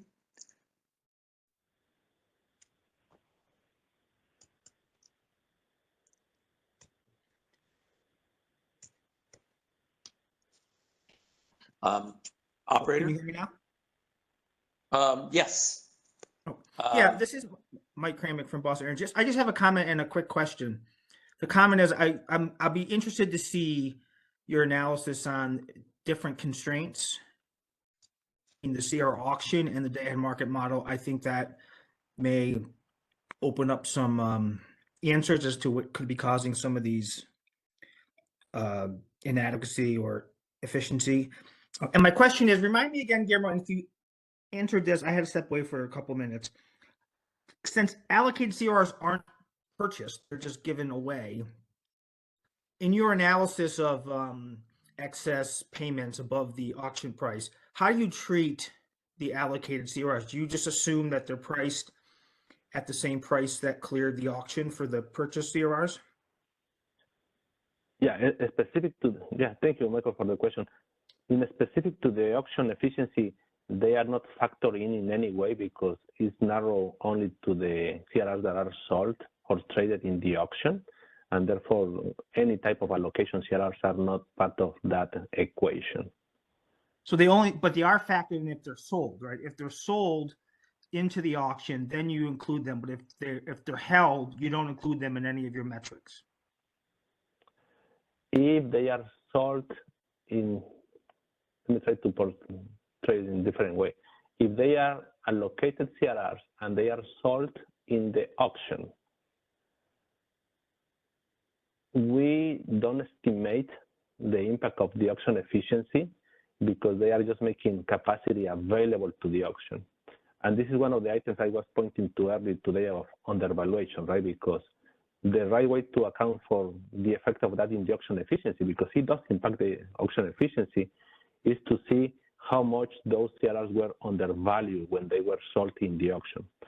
And for that, you need to know what the value of the CRRs if they continue to be held by that low-serving entities. Prior to the pro rata funding, that could be done because it's just the notional value, whatever the CRR is.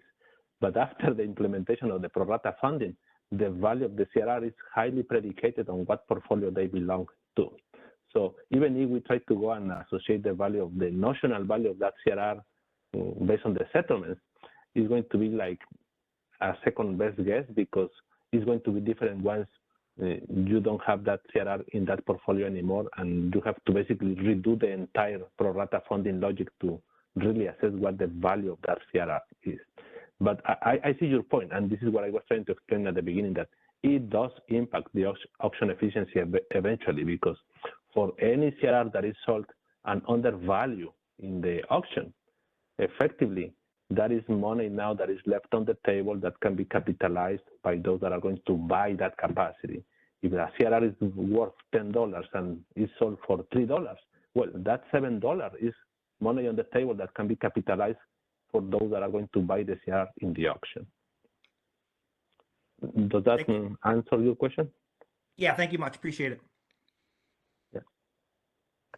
Yeah. Thank you, Mike and Guillermo.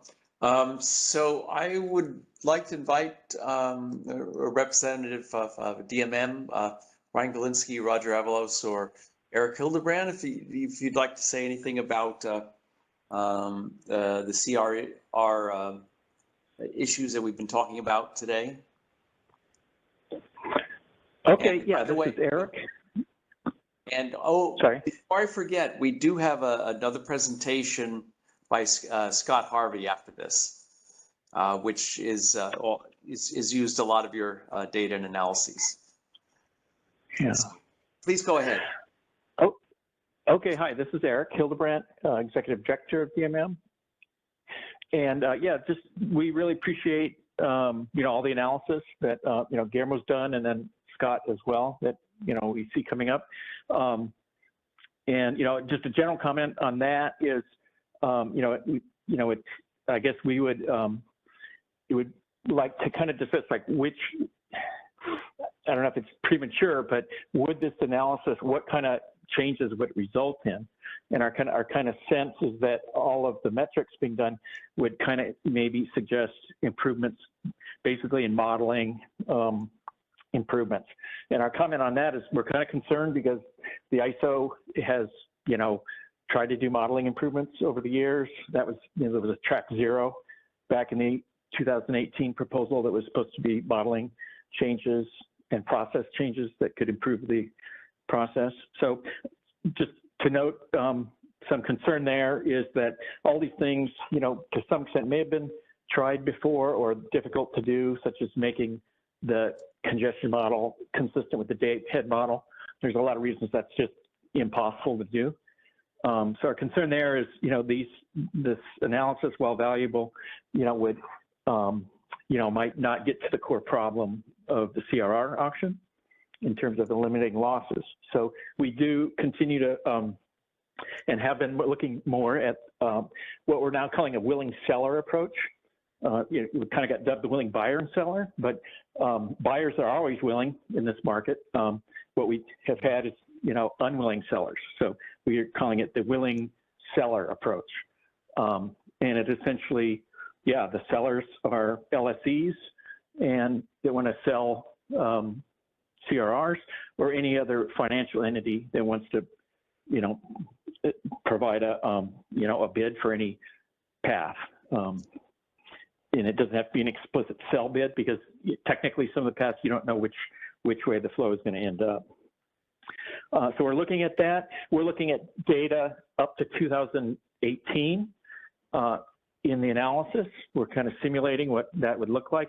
The reason I think we can't use more recent data is, as was mentioned, the change in 19, one of them got rid of the ability to really essentially sell CRRs or submit sell bids unless you own CRR. So there's probably limited insights that could be gained from doing post-219 data, but you know, the results do look promising for this approach, you know, up till 2018.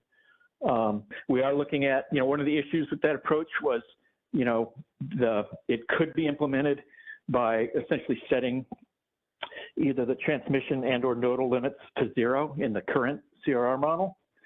But there's actually a much simpler approach where you're just requiring all buy and sell bids to be balanced at each node.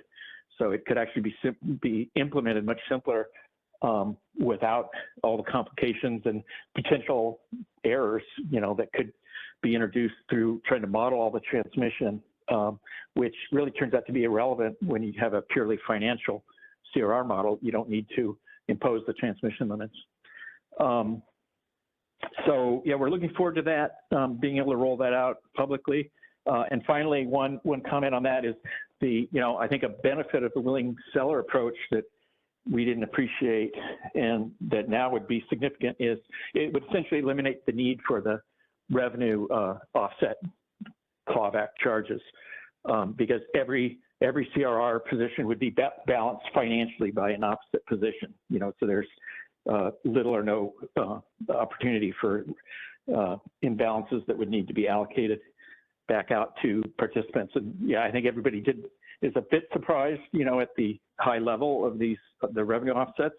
You know, that does indicate, I think, that phase 1B improvements are saving a lot of money, but they're at the same time, I guess, creating some issues. So again, the willing seller approach could essentially remove the problem or issue of the revenue offsets. So that's it for us. Glad to have any questions. Just a thought on the last part. To the extent that there's still an allocation happening, then there is still potential concern about revenue inadequacy. I guess it's going from one LSE to another. But you know, to the extent there's an allocation and then those allocations become the main source of things that are sold in the auction subsequently, it seems like I mean, I guess you know, the winners and losers of revenue inadequacy maybe take a different form, but there's still potential revenue inadequacy, isn't there? Yeah, I think well,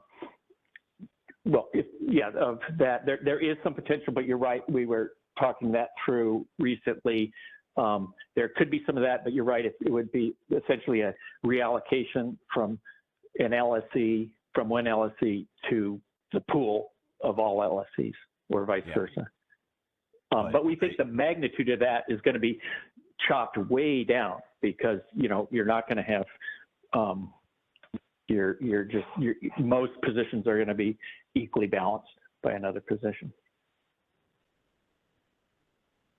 But you're right, there could be, because the allocated CRRs, some revenue adequacy that then you would either need to claw back or not claw back and then spread over all LSEs.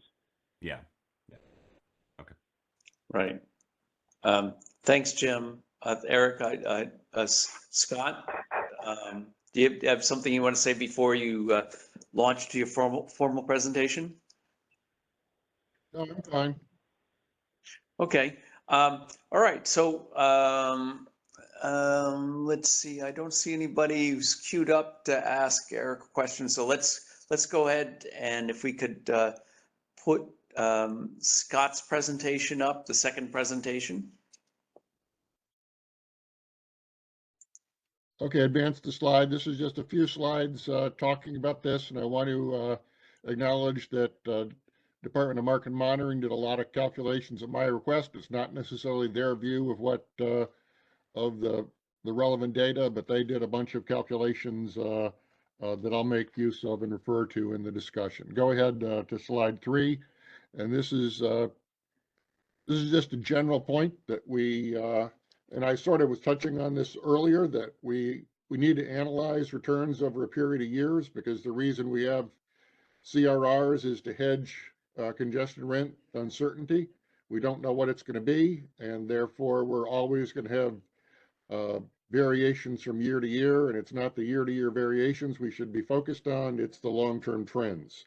And the variability, where it's profitable one year and unprofitable the next, is the normal outcome and the reason why people hold FTRs. Go on to the next slide. And this is the some general calculations. They're similar to what Guillermo pointed out, but they're done for some of them for a slightly different time period. That the ratio of net auction revenues to CRR payments as calculated by DMM over the 2019 period is 0.64, about 64%. So that's a 36% discount to the auction price or to the payouts. In my view, that's just inconsistent with any theory about this has to do with it, you know, the cost of LSE's time value of money or anything. So there's a problem here. There is DMM calculated a similar ratio over the 2012 to, and there's a typo I didn't catch, 2018 period, which was 48%. Now that's a longer period than Guillermo looked at, which was just 2 years. So this is more of a long-term trend. But again, we both calculations show an improvement, that it's higher in after the returns. Now, someone pointed out that 2019 seemed to be better, and I excluded that. And even if we exclude 2019, it's a 60% ratio since the changes, so it's still materially better than the ratio in the 2012 to 2018 period. I'll stop in a minute. Let me go on to a couple more slides here, and then I'll stop for questions. One more slide. Then we also, DMM did some calculations for the financial entities, and the ratio for them was 62%. So the ratio over the 2012 to 2018 period is 38%. So there has been an increase in pricing of the CRRs bought by financial entities as well as by others, and it suggests that the changes had some impact. But again, the ratio of 60% is still way too low. Go on to slide 6.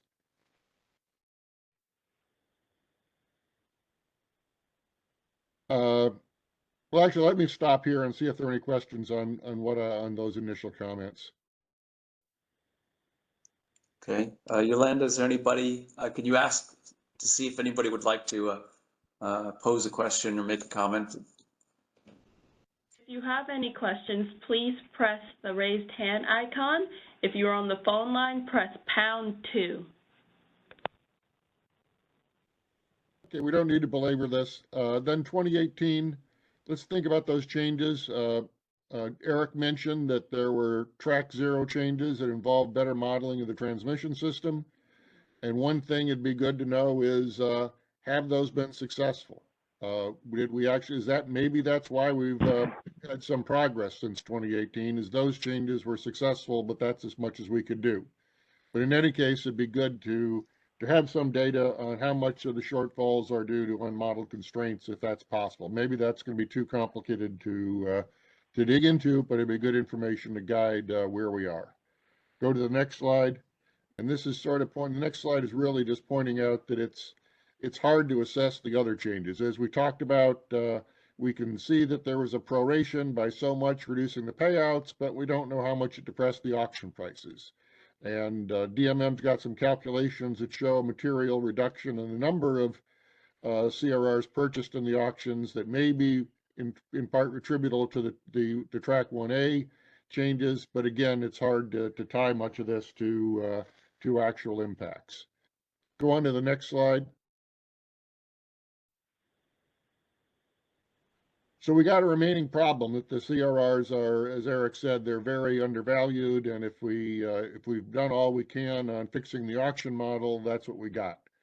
And one thing that, in some other ISOs, we see a large amount of negatively valued CRRs being purchased in the auction, entities providing counterflow and significant profits on those.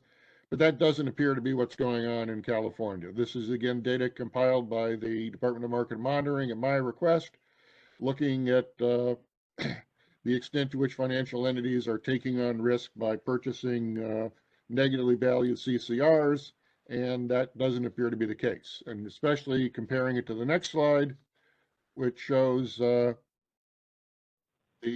large amount of payments and auction value going to positively priced FDRs. So basically what's going on with the financial traders is they're purchasing positively priced FTRs at a discount to the expected payouts. So they're not taking on risk from market participants. Go on to the next slide. Now, this is one of the concerns I have about the 1B changes, that they've reduced the payouts, but they've reduced them a lot. And it seems to me, I haven't done any analysis, but just from other things I've looked at and, seen, the numbers look kind of large. And I asked DMM to give us some exact calculations, so we're not eyeballing things. And the ratio of actual CRR payments to target payments is, reduced by 20% or more for all the categories. It's slightly reduced somewhat more than that, like 31% by the financial entities. But the marketers and generators and IOUs and all the different types of LSEs are also seeing significant proration. And my view, again, without any detailed analysis, but just looking at these numbers, is that these discounts are too big to just be the effect of transmission outages on the cost of meeting load, that we've got something else going on that's leading to this level of proration. And it may or may not be related to the high prices, but there's something going on, or the low valuations, but we got some kind of problem that's generating these large shortfalls. Go on to the next slide.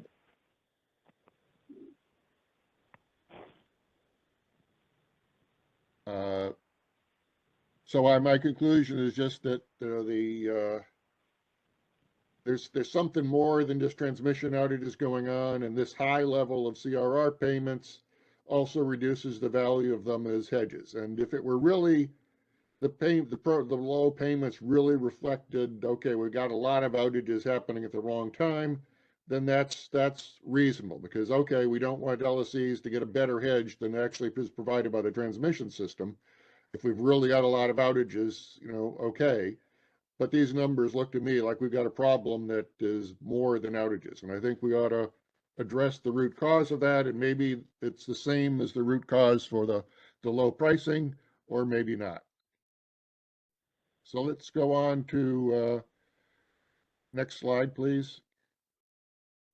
This is sort of a question about why do we have such low payout to CRRs?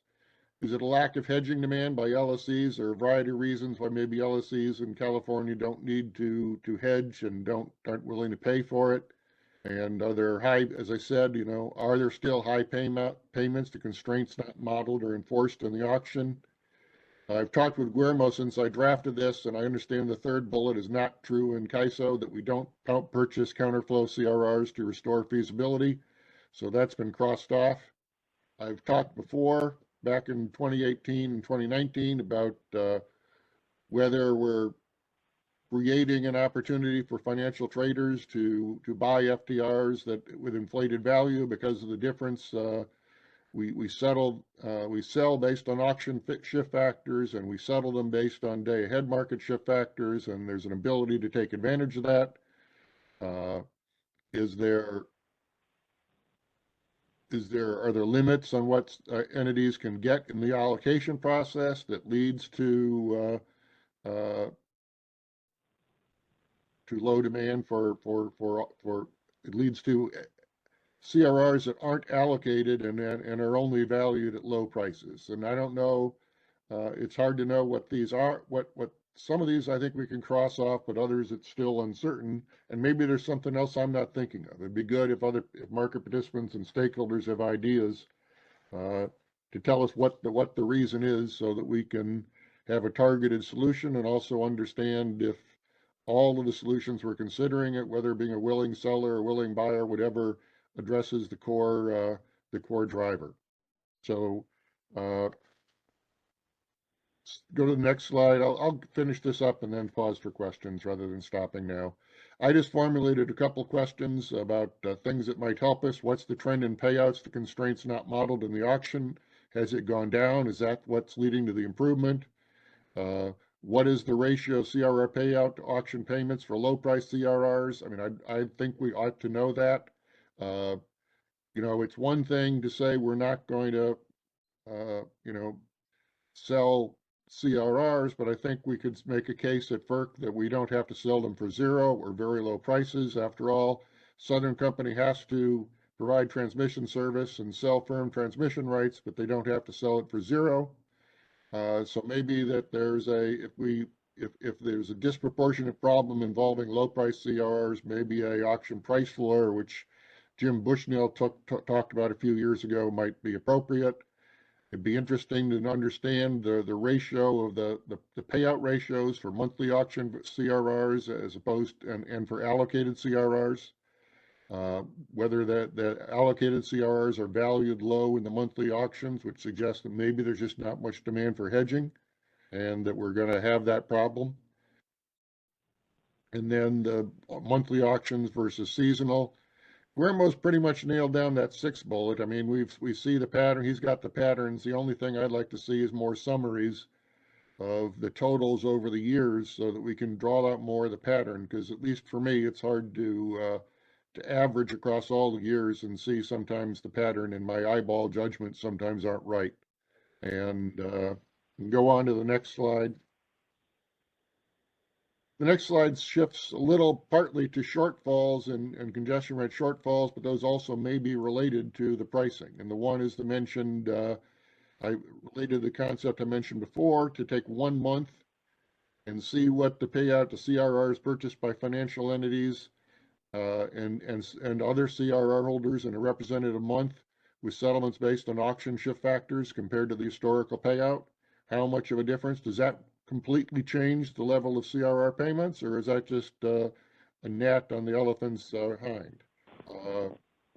Can we look at the level of congestion rate shortfalls in hours in which there really are no significant outages? Is there something else going on that it's not outages driving this at all, or at least not driving all of it? Is there any analysis of the effect of the way we're handling ETCs and TORs in the day-ahead market and their level on congestion rate shortfalls? Are we doing something that we're not haven't thought through carefully, or maybe it's changed over the years? And the fourth bullet is maybe related to what Seth was talking about in terms of loop flows modeled in the day-ahead market, but that would be limit reductions. Is that one of the drivers of shortfalls, or is that really not a factor? And maybe how big are the load weight differences between the auction model and day-ahead market? So these are just thoughts I had about questions that might help us understand the effectiveness of different approaches and whether we got separate problems involving congestion rate shortfalls and auction valuation, or if they're tied together, or maybe something else. So I'll stop there and pause first for comments from Ben and Jim, and then pull in everybody else. Thanks so much, Scott. A lot of great ideas here. I don't have anything to add, but Jim? I just had a couple terminology questions that I should know the answer to. But so when for shift factor, is that's a PTDF issue, or is that a allocation of a DLAP down to node issue? No, I'm talking about something more basic, that in the day-ahead market, we settle CRRs, and this is a convention that started 25 years ago, with nobody really thinking about it. we settle FDRs based on, or CRRs based on day-ahead market shift factors, but they're sold based on auction shift factors. And therefore, people can take strategies potentially to exploit the difference. That you buy something that has one shift factor in the auction, you know that when an auction and a outage that's been announced is modeled in the day-ahead market, your shift factor is going to go way up. Yeah, no, my question was just when you say shift factor, that term is a PTDF? Yeah, it's at a location. Okay. So it's a generation shift factor. It could be a load zone shift factor. It's the, the impact of generation and load on the binding constraints. So the Okay. settlements are based on all of those shift factors times the shadow price and the day-ahead market. Yeah, I just wanted to make sure I got the terminology right. And then, so yeah, the load zone weights would be the other issue, which is when people are bidding a single number at a DLAP, that's the terminology for how that total is distributed to different demand nodes, right? Right. Okay, thanks. So to test that hypothesis about the impact of changing shift factors between the auction and day ahead, that's what the first two bullets address. The second bullet seems particularly address at that. I have no idea how difficult that would be for to be analyzed, but yeah, the second bullet might or might not exist. It just matter if the CAISO can identify a bunch of hours where basically it's the same grid. Right. We, this week and that other week, and see like how does that compare to everything else. I mean, it's not going to be a controlled sample, but looking back in history, there have been places where they thought it was due to outages, but it wasn't, and it would be good to see, okay, when we look at a period where there are no outages, do we still see a big problem? That might be that maybe there's something we're not thinking about. On the first bullet is some work, but the NYISO does this every month as a matter of settling and allocating the cost of transmission outages to the transmission owners. It's just a matter of running the auction grid and the day-ahead market once and reducing the limits to force things to bind, and you calculate the shift factors. I mean, the auction doesn't calculate shift factors for things that don't bind, but you can just run the day-ahead market and reduce the limits. And they've been doing it since about 2005, so it's doable. And I'm not saying do it for everything. You maybe take 1 month and see what it looks like, and then we know. And the amounts of money involved in that's New York ISO have indeed been significant, and have and as far as can be told, determined, have had an effect on incentives for shortening maintenance outages and so forth. Yeah, I did some calculations years ago that suggested it had changed behavior, and I've heard some stories from the TOs about how it's changed behavior, but it's hard to do. No one's done an empirical analysis after, I did one years ago, and there's limited data before, so it's a little bit hard. And some of the limited data before, I had to make a lot of adjustments based on things I knew from non-public information that other people wouldn't be able to make. So it's a little tricky. But you hear stories from the TOs about things like they're really obvious that before these changes are put into effect, a lot of cell phone companies would say, we want you to take this line out of service to put up our cell phone receptor. And after the TOs turned around and started saying, well, here's the bill the NYISO gave me for exactly how much that cost, those requests went to zero. And some other types of behavior like that changed. And the TOs, there's policies that have been made to accommodate, fast outages. You don't need much notice if you're going to do it and take advantage. You see cool weather and do it. So it's pretty accepted now that that's been beneficial and avoids war amongst the TOs over shifts in costs across the footprint. When we talked about this last, 3 years or something ago. I'm not proposing that. I'm just saying, Yeah. use the methodology to study what's going on and see if we learn something that guides our solutions. Yeah, it seems like one way to Shows the decompose the calculation. shortfall. Mm-hmm. It shows your point is it shows the calculation can be made. It's a separate issue as to who to charge for these things, but I'm not saying charging. that's I'm just worth let's see. visiting again. Let's see how much of the shortfall disappears. If we do this month and recalculate it, we see that 85, 95% of the remaining shortfall goes away because it's due to different shift factors. That might guide our thought process. On the other hand, if it's changes at $1.98, that pushes us in another direction. Thanks. Before we go to lunch, I want to see whether there are any questions or comments from the audience. Not only about Scott's presentation or anything else in the last couple hours. Yolanda, can you remind people about how they can queue up? If you're on WebEx and you would like to ask a question, please press the raised hand button at the bottom of the screen. If you are on the phone line, please press #2. Okay. And it appears we don't have any questions or comments now. I'm pausing just a second. I'd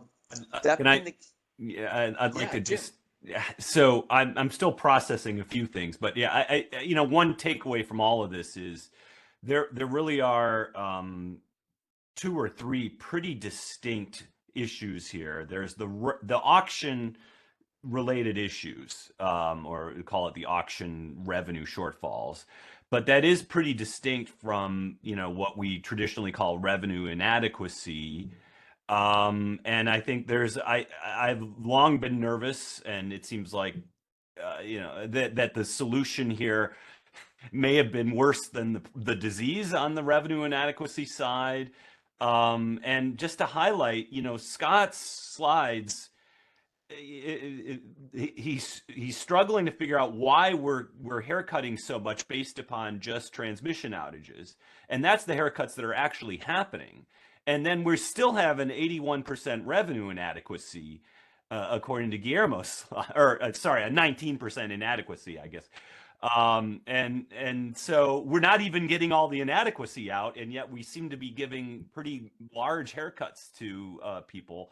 And I do think that's there's a question about whether the CRRs are becoming so volatile that they're worth what we're doing here. And I think we've long posed this question of having a smaller number of higher quality CRRs may be better in a holistic way. But yeah, I think trying to understand exactly what's going on with the revenue inadequacy and I still, I've always been a little uncomfortable with this pro rata approach. And I think kind of better understanding what its implications are on the holders of these things relative to other approaches is something that we need to do, kind of irregardless of what the auction policy that's eventually adopted would be.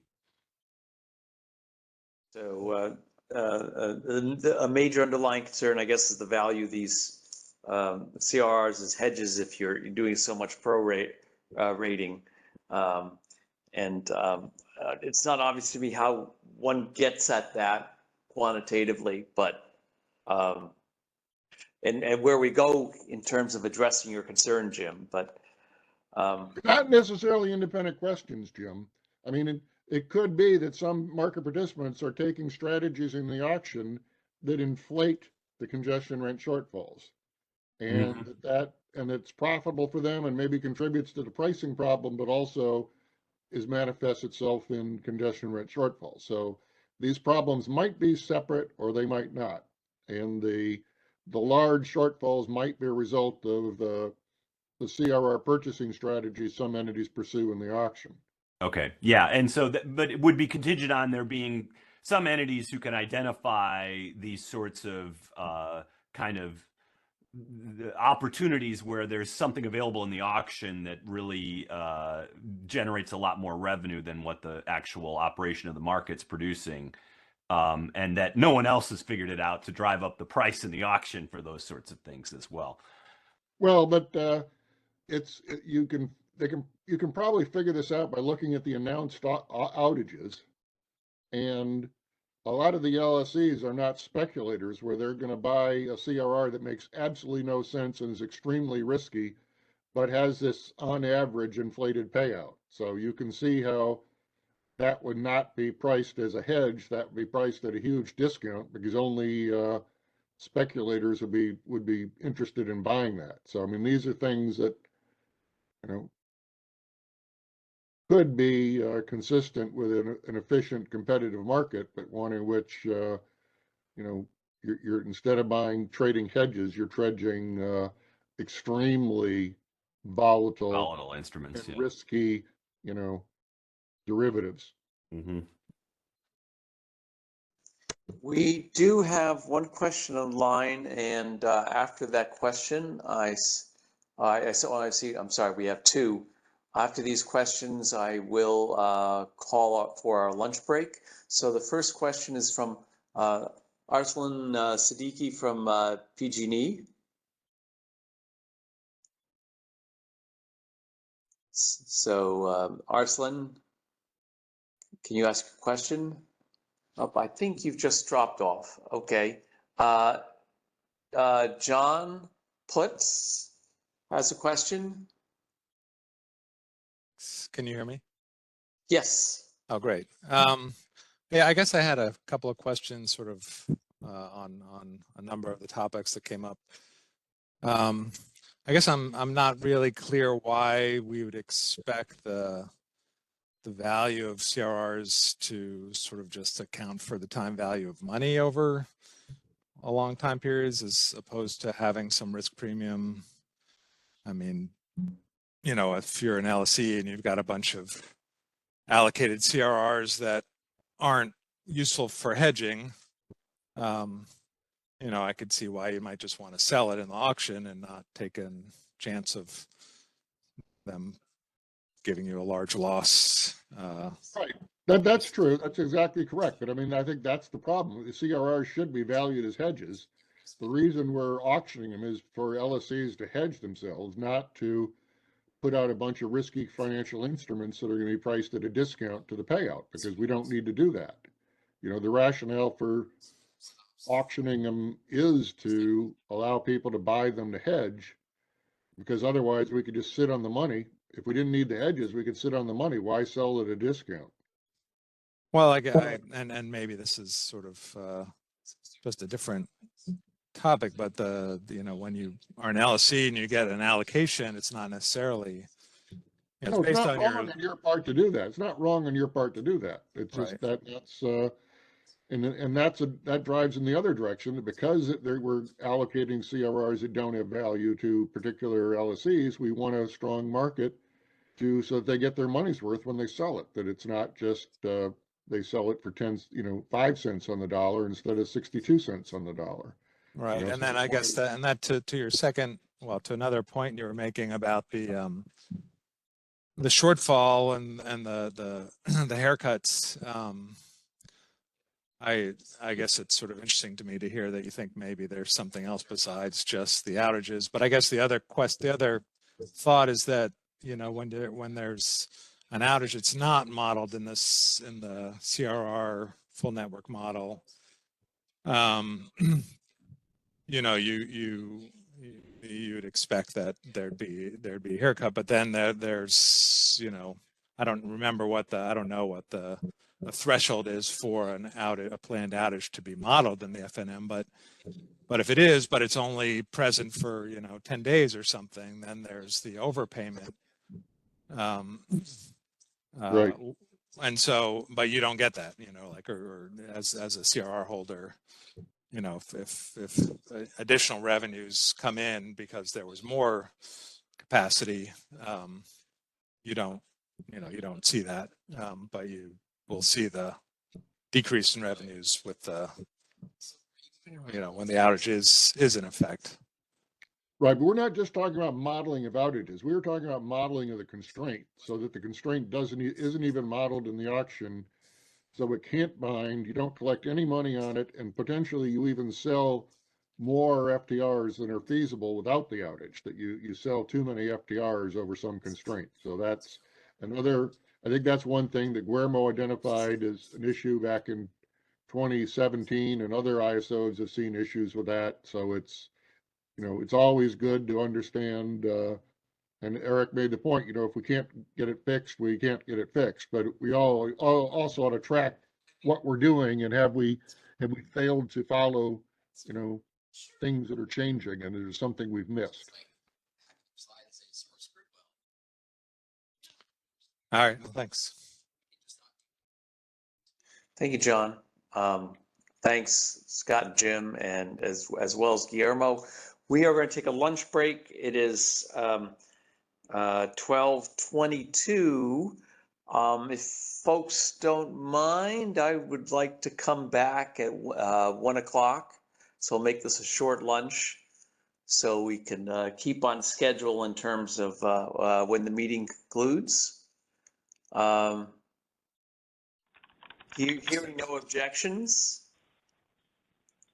groans or otherwise, let's go ahead and take a break now until 1 p.m. Operator, you can now put everybody on mute.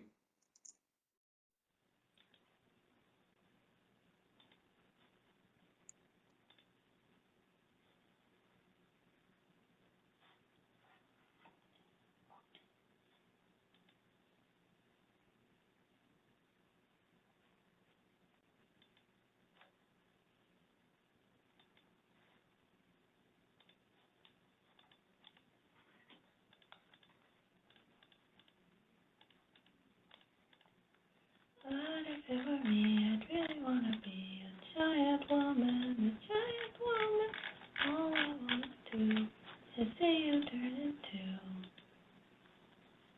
into. Yolanda, are we on the lunch session?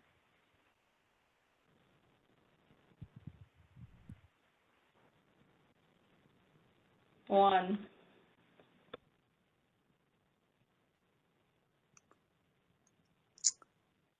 Hi, everybody. This is Ben Hobbs. Welcome back to the MSC meeting, and we're here with Scott Harvey and Jim Bushnell of the MSC, along with Amber Motley, Becky Robinson, Shammy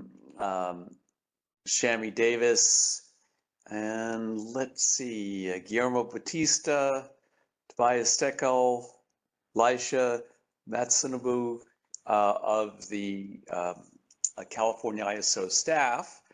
And we're now going to move to the flexible ramping product requirements portion of the agenda. And we're going to start with Amber Motley, who's in charge of short-term forecasting at the ISO, who's going to make a presentation to kick this off. We'll then have a presentation by Dr. Scott Harvey on the Mosaic methodology and some of his comments. And of course, as always, we'll have discussion from stakeholders and MSC members. So Amber, thank you very much for preparing this presentation, and the podium is yours. All right, perfect. Well, good afternoon, everybody. I hope everybody had a good lunch. So we'll dive into a little bit about the flexible ramping product requirements. There's been a couple presentations out there since the new enhancements have gone live. So as many of you guys are aware, the requirement methodology was enhanced starting in February of 2023. With that, we wanted to bring to the MSC some performance reviews of what we're seeing as we do a comparison of the Mosaic methodology to the histogram, which was previously used, some challenges that we're seeing recently in the new outcomes from the performance review, and then some potential enhancements, analysis, paths, and discussion. For this piece of it, I'm really focused on the requirements, the formation of the requirements against the observed uncertainty in that period, not the market application of it after the fact. So really is focused in the requirement side of the house. The other thing I'll note with the presentations at hand is we really focused on the BAA level, right? So when we were forming these requirements and looking at the statistical significance of the requirements, the makeup of the uncertainty, we really formed the methodology at the BAA level, so wanted to evaluate it at the BAA level within this presentation, and then expand the discussion as we go forward. So with that, next slide. So we've heard some recent concerns from stakeholders, MSC, DMM, as well as stakeholders in the community, EIM, on some of the FRP requirements that they've seen since we went live. So I wanted to put some of those concerns in a holistic bucket and really try to work through those as we go through the presentation and do some of the evaluation. Some of the concerns that have been stated, also observed by the ISO staff, is a limited sample size. Right now, we went live with FRP requirements with a 180-day historical look-back period. When we went live, we had presented at the RSC initiative the proposal of what we called Sample Scheme 3. I'll get into some more of the sample scheme details when we get to simulations. But that was more of a forward and backward look, right? So you weren't always in the historical. You would maybe be able to look at, say today's the 29th of November, you look back 45 days, but then maybe you would look at the 30th forward 45 days of 2022, et cetera. So one of the things we've heard in the concerns and seen ourselves is the limited sample size, the historical data utilized. So I wanted to talk about those a little bit more. We've heard concerns in relation to the movement. We know that FRP requirements is going to move more than the histogram did, right? It set itself on the up and down direction on the historical data a day before, and those were the requirements that you had for the whole day. We're now feeding forecast information into the requirements. We want to make sure that when we feed the forecast information into the requirements, that ultimately that forecast is helping you get closer to the observed uncertainty that exists. So we wanted to evaluate that a little bit more. We've heard concerns on the mosaic requirement on the weekend. We'll touch base on that more. Also, the threshold activations. There are some thresholds that we're seeing get activated more with the mosaic methodology. So we'll talk about what we see in that and potential paths forward. And the last item is the future awareness of the requirements. Load forecasting, for example, the forecasting team puts out a rolling forecast for the participants to be able to see. The same thing with renewables. You have a rolling 9-hour forecast out there. For the requirements, we do put the coefficients to build the requirement, but you would have to input in the load forecast data and the renewable forecast data to get to your requirement. We have heard concerns in the process of building those as well. With that, I'm going to pause. Those are really the concern pieces that we've heard. One of the things that I want to isolate a little bit, and I'll talk about more in the next slide, is how to analyze the requirement performance. This is really, really critical, right? So we always analyze performance for forecasting mechanisms. Actual forecast divided by actual, minus actual divided by actual. All of those things are critical, but when you're measuring an uncertainty requirement product where you're really taking out what I call an insurance policy, our insurance policy goal is to get to a coverage, right? I want to cover 95% of all of the uncertainty on the system, and it's okay if I don't cover 5%. That's one piece of success to an uncertainty mechanism. But I want to talk a little bit more about other pieces that need to be coupled with and analyzed alongside of it. So next slide. So in the foundation of setting up the FRP requirements, running simulations, getting to the enhancement design, the CAISO staff has really focused on some key areas. And I'm going to list those out. They're not all on the slide. So we started with coverage, requirement, closeness, and exceedance. Those really were the foundational variables that we were using to measure the success of a new product coming in. That's evolved over time, right? I think these performance metrics would love to hear stakeholder feedback on and how to analyze the success of an uncertainty metric model. But we're going to change it a little bit in this presentation and map it to some recommendations that had come from the MSC group. So we're going to map this presentation of directional coverage, the coverage of the quality of the calibration of the model, right? Is the model covering the percentile that you're trying to achieve? Is it covering the insurance policy that you want to take out? Then we're going to map it to informativeness. This may be previously seen as the exceedance variable to a degree. They're not the same.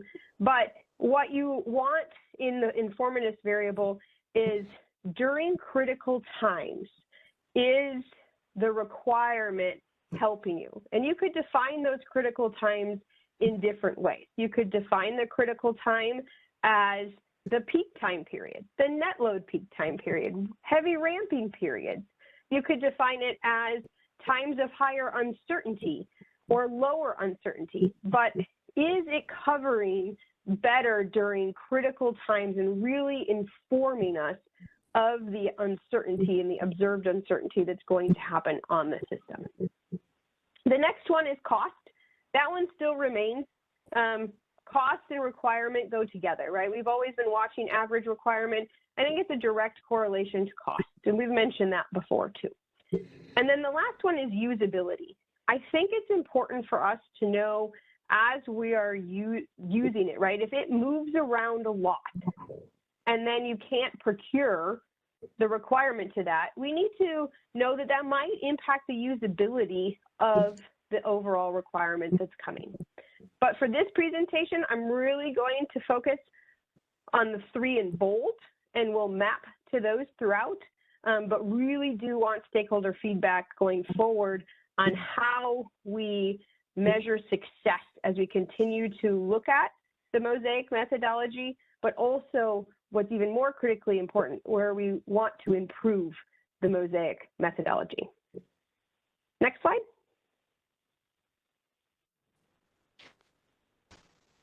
So I'm going to break the presentation into 3 parts: production results, simulation results, and future considerations. So let's dive into production results. Next slide. The next slide. All right, let's start with informativeness. This is a little bit of a new variable, right? It's not quite exceedance like we've reported it before, so we wanted to do a good job explaining what informativeness is before we get into the details of the outcome of this.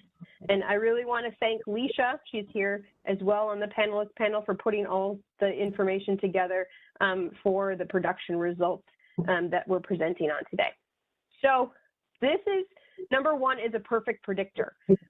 So when you look at number 1, this is something that has 100% coverage, but also has perfect informativeness, right? So when you line yourself up to the requirement against the realized uncertainty and you move yourself over to the right-hand side, you're really seeing the benefit in both the coverage and the informativeness during different key periods of time. When you get into 2 and 3, so note that 2 and 3, the dynamic predictor and the static predictor, right? You could say the histogram is more of a static predictor and the Mosaic methodology is more of a dynamic predictor, right? But in this example, both of these have the same coverage. So say the coverage is 80%. The coverage is the exact same for number 2 and 3, but when you look at the right side and you map it against the requirement and the realized uncertainty, that's where you see the informativeness have a different perspective.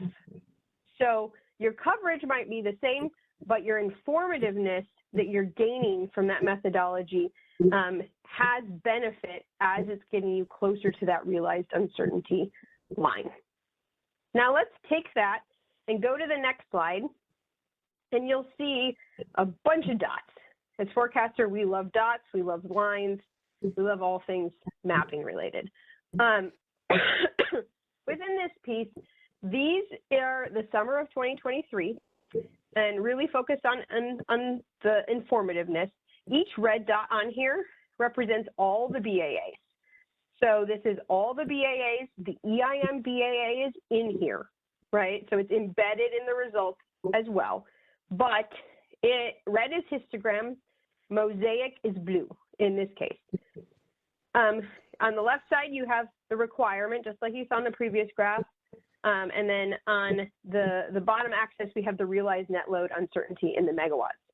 The two areas that we're seeing the mosaic requirement assist in informativeness is the mosaic requirement is carrying a lower requirement at lower uncertainty. So we do see that. That's really depicted by that number 1 on the far left side of the graph. On the far right side of the graph, when you look at number 2 and where the box is, you do see that mosaic shows coverage closer to the target at the higher uncertainty levels.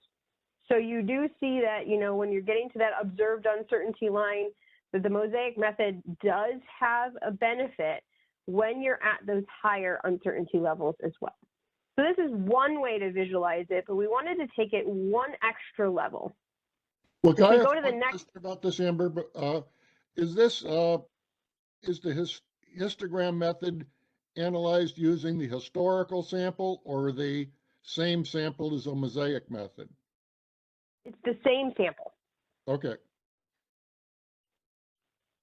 Good question, though. All right, let's go to the next slide. If there's any other questions, feel free to jump in. All right, so this is just another way to visualize. One of them is to show all the dots, right?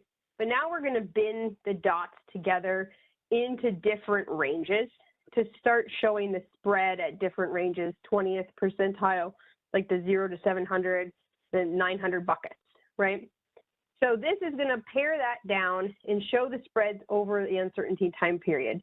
This shows very similarly to what you saw on the previous slide, but more in a linear format. You still are seeing that the mosaic carries a lower requirement and lower uncertainty. You see that the mosaic is showing coverage closer to the target at higher uncertainty than the histogram approach. But you also see that it has a really good linear line across that realized net load uncertainty time period. So overall, in the informativeness bucket, mosaic is doing a good job at capturing the higher uncertainty levels, the lower uncertainty levels, and then that middle kind of time period. Next slide. So we're going to transition a little bit into the requirement, or what you could call cost, right? So mosaic leads to lower average requirements.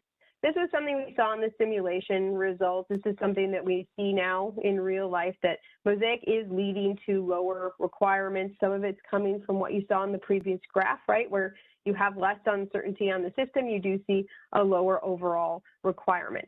The big benefit in the requirement side of it, you see on the FRU side, right, the flexible ramp up side. You don't see quite as much benefit. You see some. You don't see quite as much benefit on the FRD side, but you do see that the average requirement on the FRU side has come down with mosaic over time. Next slide. So one of the things that we also watch is the coverage and the overall coverage of mosaic versus the histogram. We wanted to take this and also dissect it into two pieces. We wanted to dissect the coverage of weekdays, weekends, and then everything. So on the far right side is all. It's all of it bucketed together. When you look at weekday only and weekend only, we're separating out by day type based off some of the concerns that we've seen on the CAISO side, as well as what we've seen expressed from others. So with this, the period that we're analyzing is 2/2, so the go live date of the new Mosaic method, all the way till 10/18 when we were putting the presentation together. So this is a big bucket overall. With this, you do see that the coverage of the weekends is lower. We are seeing the coverage of the weekends suffer from the smaller sample size, and you'll see some of the sample sizes that are within the weekend coverage.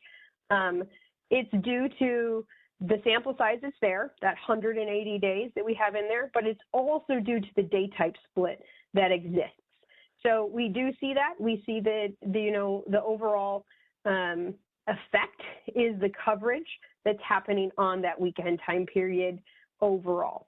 And when you compare them overall, you do see that Mosaic has a tendency to have slightly lower coverage than the histogram methodology. That is something that we are observing. One of the things that we have trialed is we talked about thresholds, and I think the next slide actually will go into thresholds more. I'll cover it a little bit more. One of the thresholds that exists is a floor, right? We have the floor threshold set at 0 right now. We have considered, it's a configurable parameter, we have considered if we move that floor up and don't allow it to go to 0, then you do see the coverage improve quite significantly. So it's one thing that could be done to be able to assist with the coverage of the Mosaic method. And we'll get into that more when we get into simulations and next steps. Next slide. Inter-hour movement. So this is the quantification of the inter-hour movement in RTPD specifically. One of the things that we've seen is it moves more, right? So one of the things we wanted to analyze is how much more does it move when you're looking at it, but then in relation to observed uncertainty, how much is it moving as well? So is the movement helping us? You kind of see in the informativeness graph that the movement might be assisting, right? Because you see it around some of the lower time periods, you see it at the higher periods of time, but we did want to dig into this more. So with that, I will note, this is CAISO only, right? We wanted to run an in-depth analysis. It was easier to choose one BAA to do it. We wanted to choose a BAA that had pretty high renewable penetration associated with it in the net load. So that's why we chose the CAISO footprint. So these are all CAISO specific graphs. So Mosaic, in the mean, I'm just going to look at the mean for right now, does have higher movement than the histogram on FRD, more so than FRU. So you see that in the FRD time space, it's moving much more than histogram than in FRU, but they move in both sides of it. But you also see that the movement in the observed uncertainty is greater than both Mosaic and histogram, which helps validate that the movement needed to happen to get to your observed uncertainty level. Overall, the forecasts are updating, right? But they are updating in a responsive to condition direction. So we are good to see that. I do see that the down moving more than the up is something to watch as well. Next slide. I'll talk a little bit about thresholds. So we are seeing thresholds get hit more. We wanted to look at the 3 different thresholds that exist within Mosaic and see which threshold is really driving the need and the hit of them overall. So what we see is there's 3 thresholds. There's the 0 threshold, or you could call it the floor, like I talked about before. You have a static threshold. That static threshold is what we used before the enhancement comes in. So at a minimum of quarterly, we update the threshold, and those stay with unless you update them again. Oftentimes we update them more frequently during the transition of season, as we see that that's important, whether you're going from the winter season into the summer or the summer season into the winter. But those are the static thresholds. Then you have the dynamic thresholds that update every day, looking at that historical data period that's in there, which is now 180 days. The one that's getting hit the most is the dynamic threshold. So that's something that we need to continue to watch as we change the different simulations.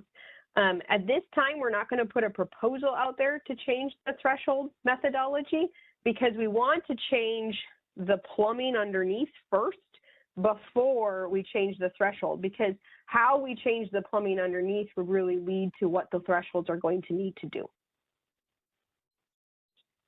So with that, let me summarize on the next slide a little bit about what we're overall seeing. And then I do see a hand up. I'm going to pause for hands right after this before I go into simulation results. So I think it might come back up then.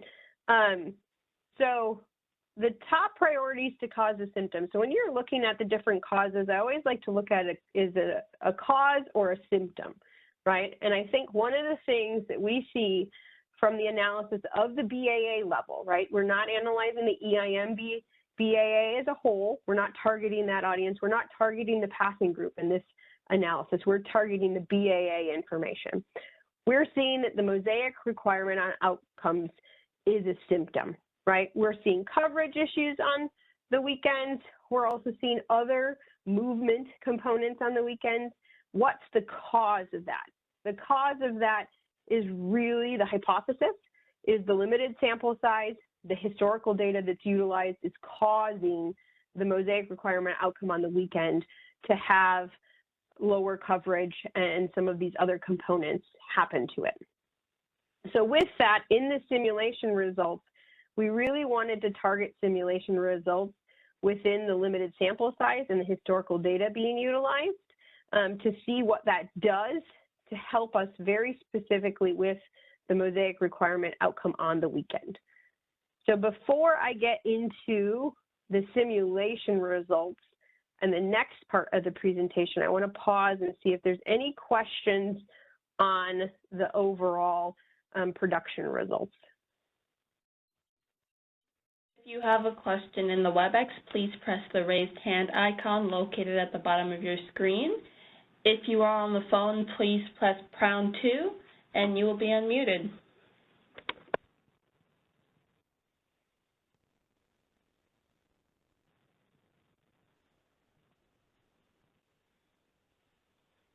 And I don't see a hand, Amber, so I think you can go ahead. Scott, you're muted. I'm trying to see the page number. I guess it's page 11 to go back there. The 90th percentile, is that the uncertainty? It's a 90th percentile, the change in uncertainty? Because you said the change in the requirement was smaller than the change in the uncertainty, and I wasn't sure. Was the 90th percentile, is that the uncertainty measure, or what were you referring to? Let's go back to 11. I think down at the bottom. I see. So that's the change in the observed uncertainty from hour to hour, or the absolute level? Okay. And the 90th percentile is the 90th percentile of what? I'll have Leisha jump in on that one because I know she knows all the details. Sure, yeah, I think this was the slide previous to this one, right? The 90th percentile would be the more extreme inter-hour movement. So of the whole set of inter-hour jumps that we're looking at, what is the 90th percentile quantity? Okay. And then this is the change in uncertainty is the change in the average level of uncertainty, or the 2.5% threshold of uncertainty? Oh, it's the bottom line. That is the observed uncertainty, whether it's positive or negative. It's inter-hour movement. So it's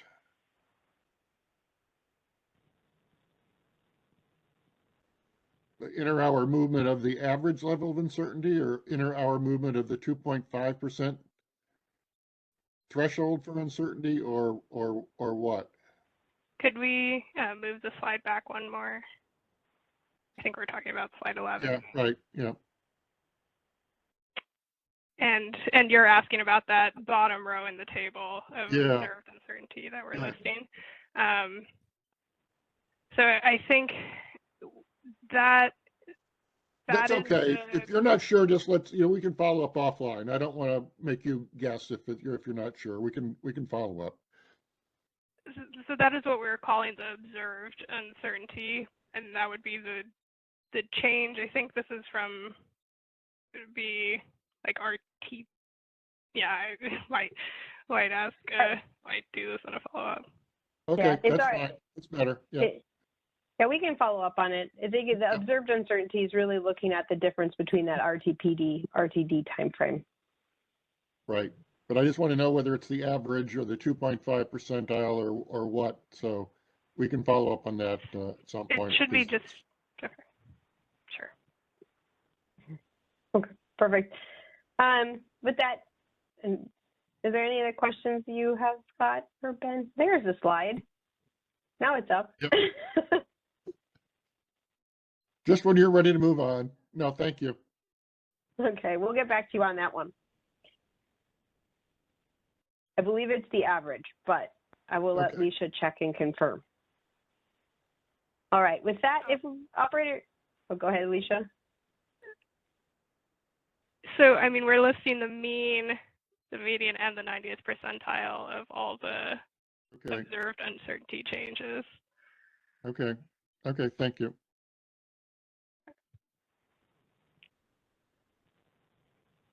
All right, with that, let's go to simulation results. Let's start on slide 14 if we can, producer, and then we'll go right into 15. The next slide after that. All right, so like we talked about, we wanted to run some simulations, really focusing our attention on that weekend time period because we're seeing some poor results when we looked at the overall production analysis. The one thing I do want to point out, just like we pointed out towards the beginning of this slide deck, is our objectives, our functions as we're looking at simulation results of what is a good model and what is an improvement to a good model on the uncertainty requirement. So with that, what you're going to see today is really looking at the benchmark bullet 1 and then the sub-bullet underneath it. So we're going to look at the increase of the calibration towards the coverage against the requirement or the item that has cost. One of the things that's going to come in the future that I think is really important is we also have to take informativeness into consideration, right? Informativeness really helps us on the reliability side. It's the critical indicator of when uncertainty is there, if we're getting close to uncertainty during those key critical time periods. So we do want to take that into consideration in the future. As you've seen in the previous graphs, we have a graphical way to be able to measure the informativeness. We'll continue to do that. We put some of the results of the simulation in the appendix that we can go to if it's of interest as well, to graphically continue to do that. But we want to get us to a numerical form to be able to analyze improvements off of as we step forward. So that is also the area we still want stakeholder feedback. It's really important that we're all aligned on the foundation of what a good model is before we start looking at how to improve it or what to do with it. The next thing is we want to select parameters. We want to modify, we want to add, we want to subtract different parameters. As you saw in some of our RSE simulation results, even before the FRP enhancements went in, is we really wanted to start looking at that forward-backward look in the historical data range. We want to look at more historical data. As modelers, as forecaster, we love lots of data. We like lots of it all the time, right? But we have to have that benefit and that analysis of the reward of getting us more data, which can cause more processing time, and be respectful of that, and then where the benefit in the methodology is. So we're going to try to look at some different things and strike a good balance of what that looks like going forward with the recommendation. And then based off that, we can choose a search strategy over time. This is a new overall methodology, right? Load forecasting's been around. It's changing too. Renewable forecasting's been around. Of course, it's changing. Uncertainty forecasting is new. It really is new in its foundation. There's lots of research happening on it. it's a very challenging thing to do. We expect that there are going to be modifications and changes that need to happen over time, but we want to be uniform in choosing our search strategy and where we go for them, where the benefit is. Next slide. So the simulations focused on two key areas. I'm not going to talk about all the words in this slide, but it really is the date type consideration as well as the historical data utilized. Those are the two areas that we're going to focus on as we get through the different simulation areas. Next slide. All right, bunch of numbers in a table format. There is so many ways to evaluate parameter sets. In parameter sets, when we define them, is how many days in the historical range are we using to train the model? Like, what is our sampling period of time to do the training off of? And then the other thing that you could put into a parameter set is the date type consideration. The date type consideration came about when we're looking at net load, right? And years ago, when FRP was born in its histogram format, net load, there's a very different load shape that happens between weekdays and weekends, which is why a day type consideration was in there. Since that's happened, we've grown significantly on renewables, both on the load side with rooftop solar on the CAISO space and the Desert Southwest and the EIM entities as well, and in solar and wind growth across the Western footprint. So one of the things we do want to look at is, well, does that day type need to be there because of load anymore? It all ultimately was there in the foundation because of load. Does it still need to be there, knowing that you have some of these technology types that are renewable in your load and outside your load, and those are both getting bigger on both sides? So with this, the thing that I would highlight is your effective sample days. Right now, our current scheme is highlighted with a gray box. So we're looking backwards 180 days, and we have day type in consideration. So weekends and holidays are lumped together, and weekdays are all on their own. So you see right now you have about 128 sample days, effective sample days for weekdays, and you have 51 effective sample days for weekends. So ultimately, anything in red on that right side for the weekend, we would suspect, right? We like to simulate it, but we would suspect there would be a challenge in the solution because of such a limited sample size. So that's really what we want to test out and evaluate over time. I will say we have some configurations in here. This is not the limited set of what we're exploring, right? I think that you can mix and match that over time. Right now, we could look within a year period and forward, backward. You could put 2 years in there. You could put 3 years in there. I think you need to look at the benefit versus the cost of that, right? And the cost comes from the additional data being there and the potential additional processing time that might also be there because that data is there. Next slide. All right, so you've used a Pareto graph to really simulate the results.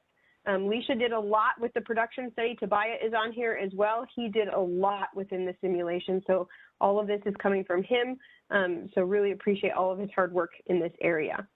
When we look at the Pareto graph, what we're really hoping to see is everything's going to be defined in the next piece is baseline. So baseline is shown in the graphs as your black dashed lines. This is where we are now, right? This is where Mosaic is sitting right now. How do we work to either improve it by anything we're simulating or potentially make it worse? Then on the other side, we have a yellow dashed line. That's the target coverage. But just a reminder, coverage is one metric we're looking at. It's not everything because informativeness is really in there as well. Then when you look at this, you definitely do not want to see your results in the simulation go to where the red box is. You do not want to see less reliability, more requirement. That's not where we want to go. Ideally, you'd like to see the results go to more reliability, less requirement, right? Because you got more reliable, but you also got less cost. that's a really good win-win. You may see it go to the upper right. That's not the worst thing in the world either, especially if it's giving you informativeness, which we'll add and layer in next. Next slide. Amber, I have one question. On the sample size, it's 180 days, but is it 4 observations per hour so that it's 720 data points, or is there just 1 data point per hour? Because there are 4 RTPD intervals, and that can be compared to RTD, right? So is it 700? Should be 4. What? It should be 4. Right, that's what I meant to say 4 times 180, so it's 720. And okay, 720 data points, or well, I guess reduced for the weekends, but so the weekends would still be a couple hundred, 4 times 50, right? Yeah, sorry, this is Tobias just jumping in. It's also when you look at something like the coverage, it can be assessed at the 5-minute level as well. So these would technically have 12 observations per hour because it's every difference off of an RTD binding value. Yeah. Right. I thought you were using for the 15-minute, you were just comparing the RTPD to the highest RTD forecast so that it was 4 data points per hour. Is that right? So it would be 204 data points on the weekend, it'd be 51 days, but 204 data points. Is that right?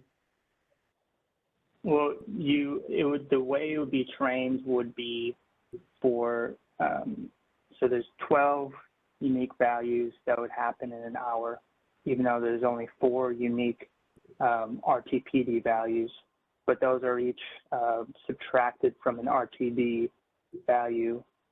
And when we train the data set, that takes the minimum and the maximum for every 15-minute interval. But then when we validate it, there'll be a slight difference.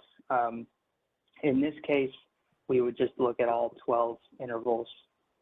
So we don't repeat the same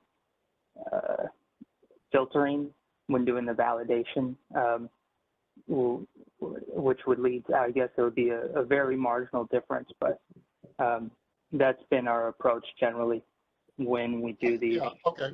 I understand on the validation, that's a good clarification, but I was thinking about for the estimation, there's 4 times as many data points. It's the same hour, but to the extent there's inter-hour variability that we're capturing, we're got 200 data points on weekends and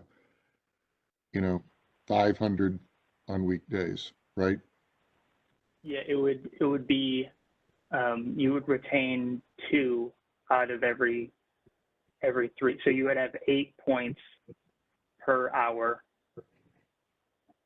Well, I'm separately for upward and downward. So I'm thinking of just for upward, we'd have 4 data points per hour times 51 hours in the weekend. So that's 200 for estimating FRU up.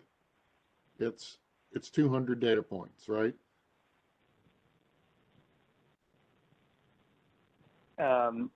Yeah, it would be the minimum and the maximum are retained for the training of the FRU and FRD. We're using the minimum too? Yes, yeah. And we can follow up on this offline as well. Okay, that'd be good. Yeah. Thank you. Yeah, no problem. Thank you, Tobias. All right, next slide. All right, so with that, in the appendix, we did put other simulation results as well, but because we had a big focus on that weekend time period, we really wanted to put in the main deck the weekend and what the weekend did when we tried different configurations and simulations. So on the far left side, you will see, our benchmark is always indicated as the dashed black line, right? Where current is sitting, where the blue histogram dot is. That is the 180-day backward with day type configuration. If you move into the middle box, what you're seeing, and this is CAISO only again, I did want to note that. So this is CAISO, we do want to try this for other regions as well. But in the middle is the forwards and backwards looking mechanism, or what we've called over time sample scheme 3. It's the one that was highlighted up above, and the other slide is sample scheme 3, where you're looking both in the backward direction and in the forward direction. But we kept day type intact. So we left day type there. So you see, and then each one of the dots, I sometimes like to call them blobs, but dots is probably a better word. The dots on the graph overall, you can see are the amount of sample days that are in the scheme. So the bigger the dot gets, the more sample days that are within the scheme, the smaller the dot is, the less amount of sample days that's there. So what we want to see is we don't want to see it move down, right? So you want to see it move up ultimately, and we really want to see it move to the green box as much as we possibly can, but know that the top right box is also a good outcome. So you see that when you just change to sample scheme 3, which is also an observation that we had when we were going live with this in the forward backward look, is it really does help you get closer to your target coverage, which is incredibly good to see. And it also doesn't really change the requirement, right? You don't see yourself moving significantly up or significantly down in the relation to the requirement side. So that's really good. Then we wanted to take it one more layer of that onion off, and we wanted to remove day type. So we then get a bigger sample size as well. So once you see the removal of day type is really when you start seeing yourself move to that upper box in the good direction. So you're moving towards your target coverage, but you're also moving towards the less requirement. One of the things I will note, right, this is something where we still have to figure out what that perfect recommendation of sample size is. This is evaluated for CAISO. This is a CAISO BAA thing. We need to do this for the other EIM entities as well. But what you see, which is interesting to me, is that the smaller dots are the sample sizes that are technically smaller. So when you get the bigger sample sizes, you see that your coverage is going up, but you see that even if you had the smaller sample size, you still have a win once you remove day type in that sample scheme 4. So overall, I think with that, I'll get to summary and next steps in a second. And I do want to point, we added a slide. If the operator could go to slide 27, and then I'm going to pop ourselves back up. Thank you. Oh, that's fast. So similarly, we want to think about informativeness too. We don't have the solid metric to put it in the Pareto graph yet. We're exploring some things. We think we have some really good ideas that will come forward over time. But we did want to graphically see what this looked like. So if you went to that sample scheme 4, the one we just talked about up above, this has 160 days in it. You do see that when you look at the informativeness, that even removing the day type split and enhancing the sample scheme to be forward and backwards does assist with the informativeness as well. So we want to see both of these things happening before we take that next step of next steps. So we did want to highlight, we did look at it. This is for summer in specific, and you do see that it does assist as well. So with that, I'm going to pop back up to next steps. And before we go to next steps, I'll pause. Ben, see if there's any questions on your side. Sure. I'm not sure if it's a question or a comment that I have, and then we'll go to as Scott and Jim. And I do want to thank you and Tobiah and Elisha for this analysis, and I especially appreciate, I think it's slide 13? Sorry, slide 6, where you show the difference between dynamic predictors and static predictors. Why good calibration on average is it doesn't tell you anything about informativeness. so I've been scratching my head about how you might have a metric of informativeness that could be used in a Pareto analysis. So here's a simple example, for instance, and I'm wondering what you might, you and Tobias and Elisha might think of this. If during, let's say, late afternoon, early evening, you tend to have, over a period of time, more uncertainty than you do whether in the middle of the day or the middle of the night. In an informative dynamic predictor should be well calibrated within each of those periods. That is, you're getting 2.5, something like 97.5%, whether it's the high uncertainty period or the low uncertainty period. Whereas the static predictor, the low uncertainty period, you're probably near 100%, and the high uncertainty period, you might be 80, 85, 90%. You see a big difference in how well calibrated it would be in the static case versus a good dynamic predictor. And so rather than having in addition to having a single, that the y-axis, which is the calibration where you're trying to hit 97.5% across all hours, you could divide the hours into 2 sets or 3 sets that are have very different levels of uncertainty consistently, and see whether you're getting close to that 97.5% in each, which would be more informative, versus in a low uncertainty period, you're getting very high coverage. In a high uncertainty period, you're getting lower coverage, which would indicate it's less informative. I think your 45-degree graph gets at that a bit as well, but perhaps this is a way you might be able to fold it into the Pareto analysis and be able to say something in a graphical form about the informativeness. Just a thought, and wondering whether you or Tobias or Elisha might have a reaction to that. No, I think it's a good thought. I think we're brainstorming a lot. I mean, I know we talked right before the Thanksgiving break as well, of some ideas that are coming out. I think that really helps with the brainstorm overall.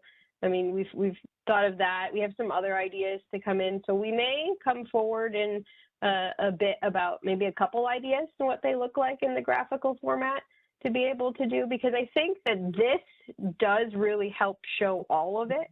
But one thing we want to do is what you found even in load forecasting, right, is there's a balance of accuracy and movement that always has to happen, right? And so we want to be able to get to a metric to be like, yes, we see success, because otherwise you're going to get to simulation results that may help informativeness, but not help requirement. And then how do you weight each element of which one is more important? Or are they all equally important? Right. I realize this is a process and we're in the middle of it and you're trying different things. And I think that the use of a Pareto analysis and the recognition of the relationship with good dynamic predictors and informativeness are really good steps forwards. Scott or Jim, before we go to Stephen, who's on the phone line, do you have any comments or questions?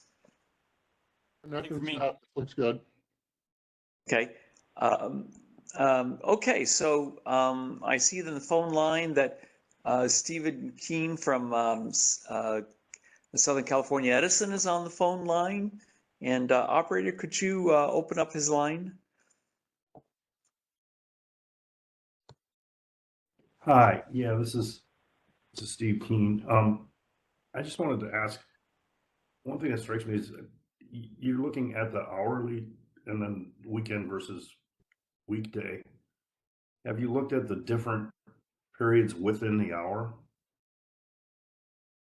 So we have, that's a good question, Stephen. So one of the things that's in the appendix that we put there too is the peak hours, right? We know that the peak hours, specifically for CAISO hour ending 18 through 21 peak hours is different depending on what EIM, BIA you're looking at. But we did look at and have looked at the different hours as well. We've also taken looks at different ramp periods. So there is some of that information in the appendix too, knowing that there's different times of informativeness that are critical, right? And the peak time period versus all hours versus ramping time period. Yeah, the other thing that I was looking at was, since this is procured on a 15-minute basis, looking at a combination of the hour, but also the block within the hour.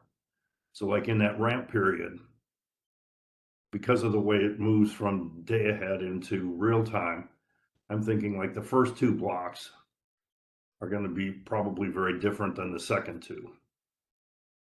Right. So if we look at, like let's take the 4 to 5, that period, the 4 to 4:15 and 4:15 to 4:30 block are probably going to have different requirements or different expected amounts than the 4:30 to 4:45 and 4:45 to 5.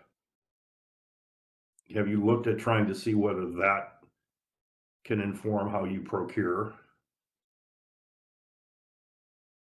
I think that it's something we can dive deeper into it. I always feel like it's peeling an onion, right? I think we want to start at the higher levels and peel ourselves down to see where the potential performance concerns are, right, with the weekend. But then also really look at some of those bigger highlights. We can go to that level, right? There are more pieces in there. But when we look at the methodology and if we're going to change any methodology as well, it's a balance, right, of the individual levels. If there's something that's really, you guys are seeing that's really of interest to you in a specific time frame, let us know. Same with others. And we can take that into consideration when we're evaluating alternatives. All right, thank you. Yeah, I'm just basing it on, in that afternoon ramp, when they're setting things up, the day ahead market sets it up so that basically you would expect there to be upward ramp potentially during the first half of the hour and downward ramp in the second half. I'm just wondering if that can be useful in analyzing how to set up how much to get. Yeah, so you're looking at it from a change in ramp perspective, change in net load ramp. Okay. Yeah. So, yeah, I think it'd be important to do change in net load ramp versus, yeah. But that's something, yeah, we do have those ramp periods. We put some of that stuff in the appendix for you guys to look at as well. So we did do evening ramp and put some of the simulations of informativeness in there as well and dictated the times. So you can see that. Thank you. No problem. All right, with that, I do have a couple more slides before we pass it off. I do want to go to the summary and the next steps, what we see on the CAISO side, and then kind of wrap it up and then pass it back to Ben. So slide 21. All right, so with the production results, we are seeing some positives, right? So I do want to see that this is BAA analysis. I'll emphasize that. I know that there's a couple other reports that I know Scott will talk in a little bit more on the EIM area and the passing group area. This is really looking at it from a BAA perspective. And I think it's really important to look at it from a BAA perspective because that's where the foundation of the uncertainty exists. And then when we get to the overall passing group level and the EIM BAA, that's where the diversity benefit sits, right? So that there's more conversation to happen there. But we do see when you look at the BAA results, the Mosaic is showing a benefit over histogram as it looks at the tails of the uncertainty. So that lower time period of informativeness and then the higher observed time period of informativeness. Mosaic also has a smoother distribution of requirements. You see that, and then informativeness, and an overall average lower requirement, right? Sometimes the requirement is higher, but on average, the requirement is lower, carrying a lower cost compared to the histogram method. There are some negatives, right? There are some areas of improvement. It has worse performance on the weekends compared to the weekdays. And you are seeing that the Mosaic coverage is slightly below the target calibration coverage that sits there. So with that, we simulated some results. We do see that changing to the forward-backward scheme helps improve the overall coverage and calibration of the model. We do see that for CAISO in specific, the day type split removing also helps improve the weekend coverage. So that's something for further investigation with the other BAAs. So the next step for us is to run some further simulations across all the BAAs to get to that magic, what sample size do we want to use in historical data? What sample size backward and forward do we want to use? What does that look like? What has the best benefit to everybody? Next slide. So with that, we have 4 focus areas for FRP. We want to increase the sample size. We want to change the historical data utilized to the forward-backward look. We do want to keep in mind thresholds and further study the dynamic threshold as well as the floor.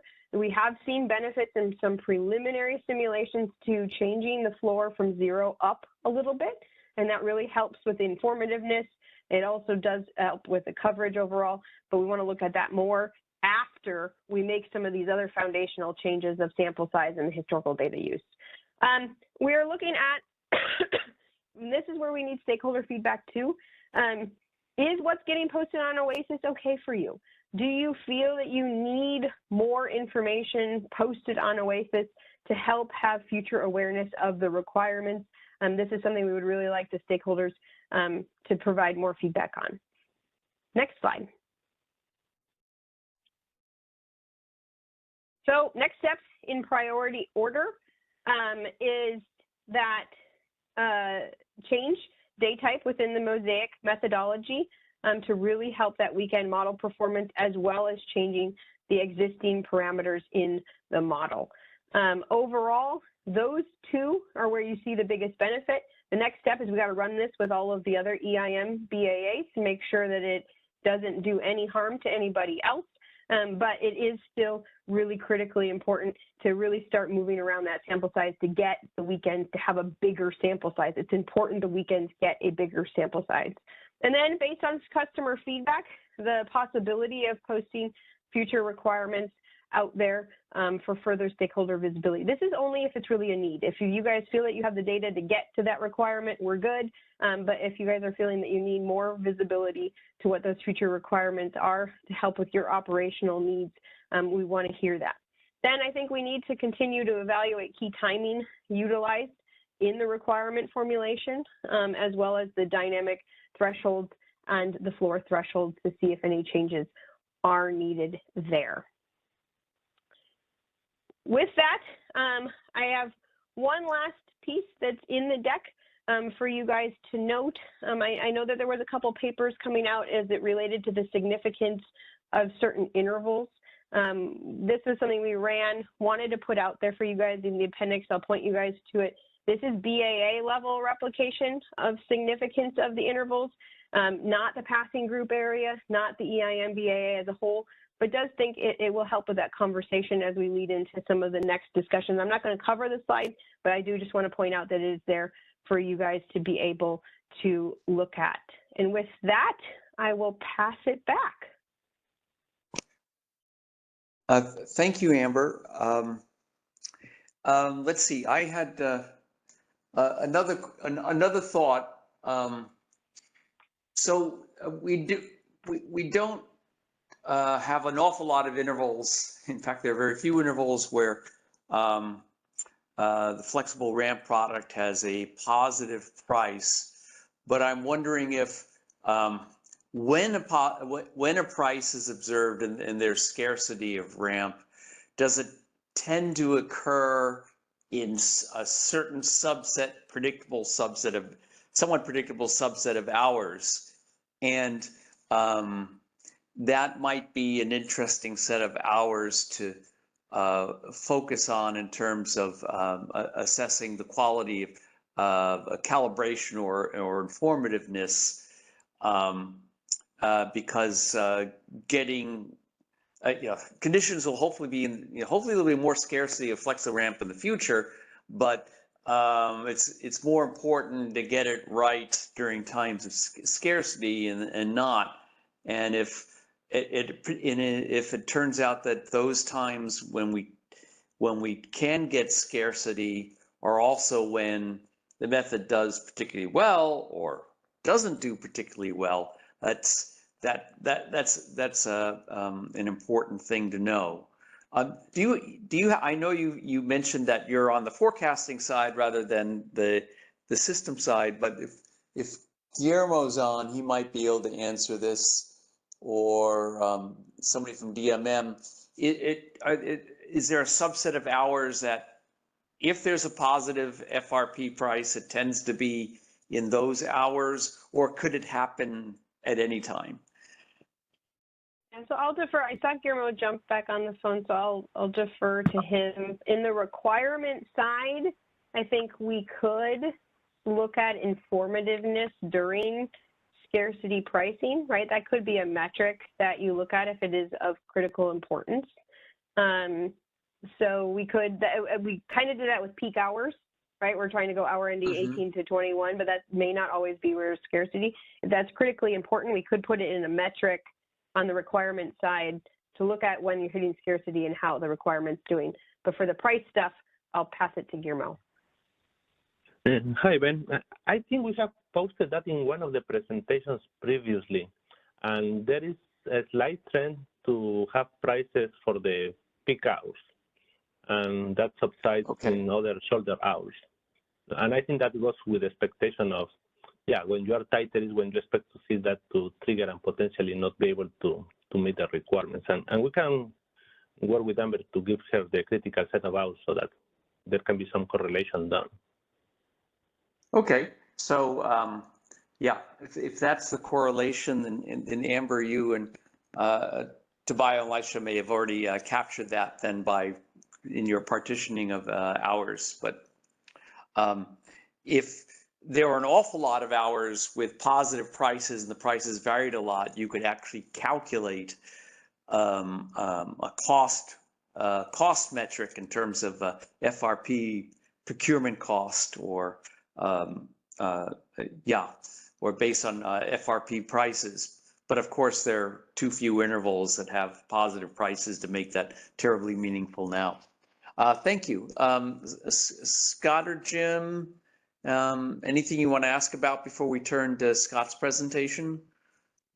Nothing more from Scott. Nothing from me. Okay, and just to check to see if anybody in the audience has a question or comment at this point. As Amber said, she's looking for feedback about the importance of different metrics for evaluating the uncertainty characterization and projection. If you don't have comments now, you know how to reach Amber, and you can contact her and provide feedback that way. So I don't see anybody with their hands up among the attendees. So Scott, I think we're ready for you.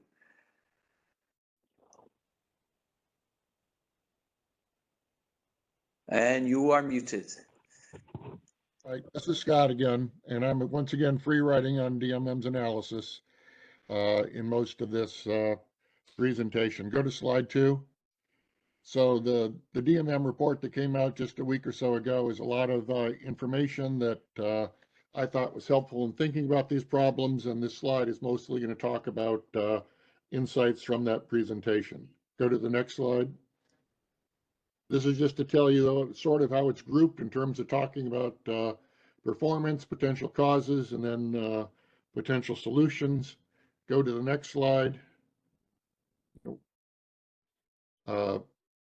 To follow up on Amber, there is one difference between as I understand it, how DMM analyzed it and how Amber has analyzed it. And Amber's looking at it from the individual BAA level, which is very important given the concerns we've had from BAAs about, crazy requirements, that they were being asked to have a huge requirement when their solar and wind forecast was very low.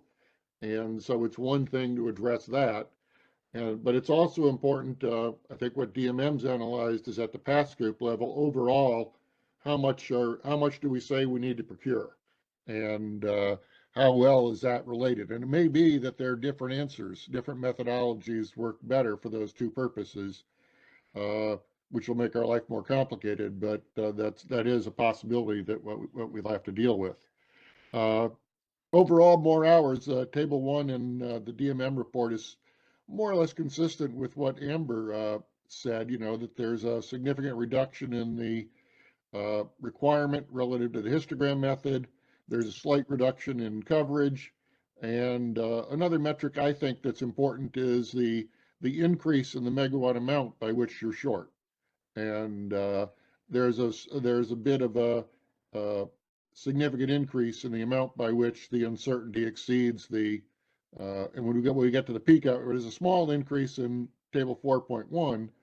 Then when we get to the peak hours, we don't see a big reduction in uncertainty requirement, and we get a big increase in the amount by which we're short. We're still only got a 1% reduction in coverage, but it kind of ties into your informativeness, Ben, that the problem is, we're covering so much, but we got some big amounts that are not covered, and by which we're short. So this is thoughtful for me. Go to the next slide. This is a figure, again, I stole from the DMM report, and it shows that one of the things that we need to worry about, and Amber talked about, is the thresholds. And that all these wild outliers are being screened out by the threshold, so the model is actually performing worse. And I think of the need to apply these thresholds as an indicator that we've got problems in the modeling. That there are things going on that are just the fact that we got to apply these ad hoc rules. And the problem with the ad hoc rules is that they screen out the things that are obviously wrong, but they don't screen out all the other things that are wrong because of the bad model, that they're just not obvious. So I think this is an indicator of things that we need to do better. Go to the next slide. And this again is at the PASS group level, and this may be a phenomenon of what's happening at the PASS group level. The DMM has a number of slides, figures like this, that show really not much relationship between the mosaic variable and the actual forecast uncertainty. And then DMM's got a linear relationship in there, and it just there isn't a lot of predictive power in there. And maybe that's just in this hour, it doesn't matter. It's hard to sort out, but that's a message I think that we gotta think about. Go to the next slide. Now, my thought process going into this is that conditioning the forecast on the level of solar and the level of wind was a win-win design, because we'd stop procuring a lot of uncertainty, a lot of flexi-ramp in the hours when it couldn't go down. If the wind is almost zero and the solar's low, well, how bad can it get? And conversely, we're more likely to need a lot of flexi-ramp up when solar is high or wind is high. And, we have some examples in history of events during the shortage days where it declined very rapidly and unexpectedly, and we had trouble. So it seems like there should be a win-win. So it's curious that we don't see, a more consistent pattern. And, there are some figures in the DMM report that show, we seem to see the kind of prediction we hoped, but it's not that consistent. So go to the next slide. There are a couple thoughts I had about, why this could be. I mean, one might be that, in fact, while there are gains in some of these hours where it's really high or really low, most of the hours are in the middle. So when we got the stories about having higher, requirements when the forecast is high and lower requirements when the forecast is low, maybe there's just a lot more stuff in the middle and it gets lost in the shuffle, and it isn't worth it. The other thought I had is thinking, about comparing this to the two sets of analysis, is maybe this is something that's happening at the balancing area level versus the pass group level. Maybe at the balancing area level, we do have these big variations between, low solar and low wind and low requirements and high, but that when we get to the pass group, a lot of that variation gets washed out so that it doesn't seem to be as important. And I don't know if this is true. It's just something that, struck me trying to reconcile these patterns. And then, another thought is that maybe it's something in our methodology that if we fix our methodology, that it will work. We will be able to realize the benefits that a lot of us thought would be there from the methodology. Go to the next slide. And this is just talking about some causes and that are identified, and I'm not going to talk about them now because I'm going to talk about in detail. This is just to give you a guide for the things I'm going to talk about. So let's go on to the next slide, please. So this goes to the mosaic methodology, not the wind and solar analysis. And I've got it written down there at the bottom, and it always struck me that it wasn't terribly intuitive for why this was a good way to combine the forecast errors for wind and solar and load into a single number. And that's something we got to do. Once we go down the road of estimating separate uncertainty factors for wind and solar and load, we've got to find a way to combine them into the amount we're to procure for net load uncertainty overall. And one thing that DMM pointed out that I had just completely missed, and it's highlighted here because I put in the T subscripts, that really all of this mosaic methodology and putting in the histogram stuff that's just a constant term. It's the same in all the sample. And the only thing that's varying are the quantile solar estimates and the wind estimates and the load estimates. So really, we weren't controlling for any of that. We weren't finding a way to combine the estimates. And go to the next slide. The implication of this, and go to the next slide as well. The implication, as I thought about it, is that really we're back in the same problem we were talking about a couple of years ago, where we're adding the 2.5 tail for wind, adding the 2.5 tail for solar, and adding the 2.5 tail for load, and that's not right. And that's what we were doing with net load uncertainty and intertie uncertainty. Remember, we were adding them, and when they're both significant, that's not right. If one's tiny and the other's huge, the error is going to be small. But if you've got two or three that are of similar magnitude, you're going to radically overestimate the 2.5% tail. And that's kind of what I thought the mosaic methodology was intended to get away to avoid. And I've realized, thanks to the DMM analysis, it doesn't. So we've probably got something going on at the mosaic level, not necessarily at the wind and solar forecast level, that we're stretching out the distribution of mosaic variables too much, that some of those at the high end, the values are too big. And then when we run this regression, we get coefficients that scales them down, but they may scale them down too much at the low end. So that we've got, when we try to generate these values of uncertainty, that the mosaic method in adding this stuff is getting values that are too big. So this is a fundamental issue we have to address. If we're going to estimate separate wind, solar, and load, we've got to find a way to combine them that's statistically valid. And Ben and Jim and I have talked about this before. I'm not going to go into solutions now. This presentation was more to talk about things we need to work on and think about. And this, I think, is one of them. We've got to think about how we combine these tail estimates into one number. Why don't I stop here, at least for Ben and Jim, to talk, if you want to add something or talk about this or whatever, but if you'd rather I just go on, that's fine. But I don't have anything to add at this time. Jim? Well, I guess just yeah. So your point is that to the extent these are correlated in one way or the other, we need to sort of account for that. No, if they're perfectly correlated, it's okay because then it's right. But the problem is if they're not correlated or imperfectly correlated, we're overestimating uncertainty. Doesn't that just imply that focusing on the uncertainty itself without like unpacking the solar contribution and the wind contribution? Yeah, that's an approach that the thing is then you've got to, the idea was to get better outcomes by conditioning the uncertainty forecast on the level of wind and solar. So the level of wind and solar output was low. We didn't have a high uncertainty estimate. But so what we'd like to do is find a way to combine, factor in the information about wind and solar output and even load level into the regression.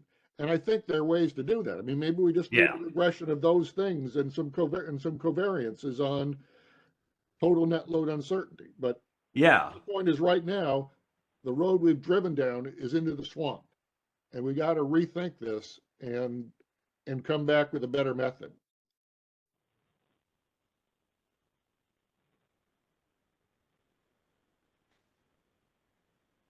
Okay, let's go to the next. Yeah, there's nobody on the phone lines right now, but if anybody in the audience wants to ask a question, please raise your hand. Or I think it was *2. It is #2 if you're on the phone line. If you're on the WebEx, please press the raised hand icon at the bottom of your screen.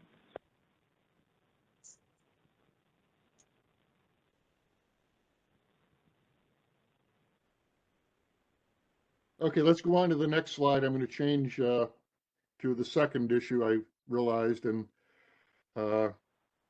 this I didn't understand until I read the DMM report, and even then it took a lot of patient explanation from Kyle and Amelia before I got it. But the issue is that the mosaic regression for the pass group, unlike the regression for the BAAs, has to be run in real time because we don't know what the pass group is the day ahead. We know what the BAA is, and we can run the regression and then just plug in the coefficients in real time. But for the pass group, we don't know what the pass group's got to be, so therefore we have to estimate it. And then when the pass group changes, there just isn't enough time in real time to start rerunning everything again and again for different pass groups. So what the CAISO stuck with is estimating the model for a pass group and then plugging in coefficients even when the pass group changes. And DMM's report indicates, my eyeball adding up, that about 10% of the intervals have different pass groups between the various passes.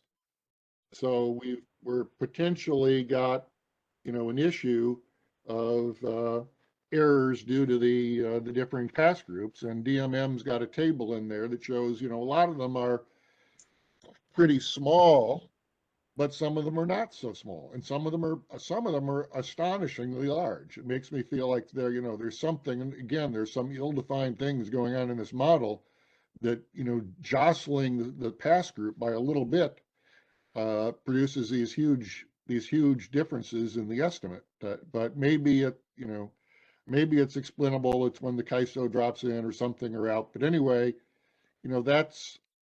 this is another factor, and it's not going to be simple. I don't think it's going to be simple to address if it's a big problem, because everything is tied up in the RSC tests, and we can't rerun all this stuff 4 times in real time. So it's a difficult problem.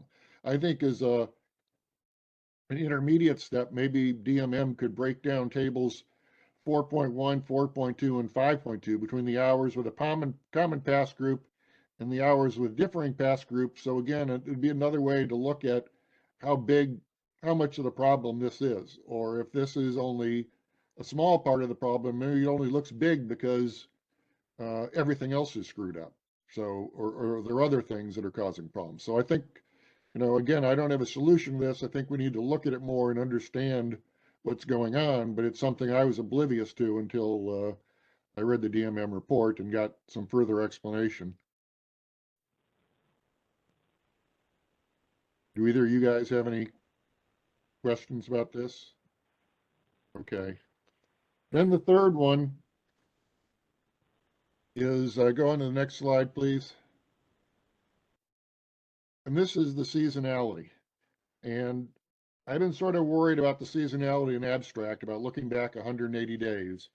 But there's stuff in the DMM report really made me worry. And go to the next slide. This is another graphic I stole from the DMM report. And it's for June 15. And remember, this is the data for hour 19, and it's going to look back to December 15. Now, of course, on hour 19 on December 15, it's dark. There's no solar output. And yet we're looking back to it, and I wonder if all those hours on the far right down where we've only got a mosaic variable of 100 to 600 are going back into December, January, February, and then we're using that to predict June. And then go to the next slide. Again, stolen from DMM's report. And this is September 15. And here you don't see much of a slope in the model. There's not much variation. And you look back at the range of all those low data points that were in the June model, and well, there aren't any. There isn't anything in that range virtually from 100 to 600. It's all higher. And now we got a big bundle of, it looks like a lot of data points up in the range above 2200 where we hardly get any for June. So these are both sort of our summer hot months where we have, solar and all this stuff going on, yet we've got radically different regression data. And it's probably, go on to the next slide. This kind of suggests to me that, and it may go to the regression results and everything that's going on, that we may, when we see these results and correlations in the data, in the regressions, they may be picking up the fact that, well, this period is completely different from that period because it's a different season. And December 15th is 2 seasons removed from June 15th. So this makes me think that the long look back period is not adding a lot, and it actually may be, really confusing things and introducing a lot of noise. Now, I'll go on a slight another direction here, and there is another problem. One thing that I think about when I read this stuff is there is another problem that's very analogous that I've worked on a lot, which is collateral for virtual bidding positions. And what I found in analyzing those, at least in New York, is the distribution is completely different in the summer than in the shoulder months and the winter. And it's very different even in between some hours, but not between other hours. And I've also found that when you estimate data using just one season and a small number of data points, you get estimates that bounce around and don't have anything to do with what's the underlying, and going back multiple years for the same season is a way to get more data points, and data points that are on point. They're for the same season. And when we're controlling for the load forecast, we're controlling for wind, we're controlling for solar, I think we should be less afraid of using data from a prior year in the same season. And that I think it's better, even, 90 forward and 90 back is good, but still, in June, 90 back is going into a different season, and in September, 90 forward is going into a different season. Why not just have the same season from this year and last, or part of 2 years back, and at least be looking at winter data in winter and summer data in summer.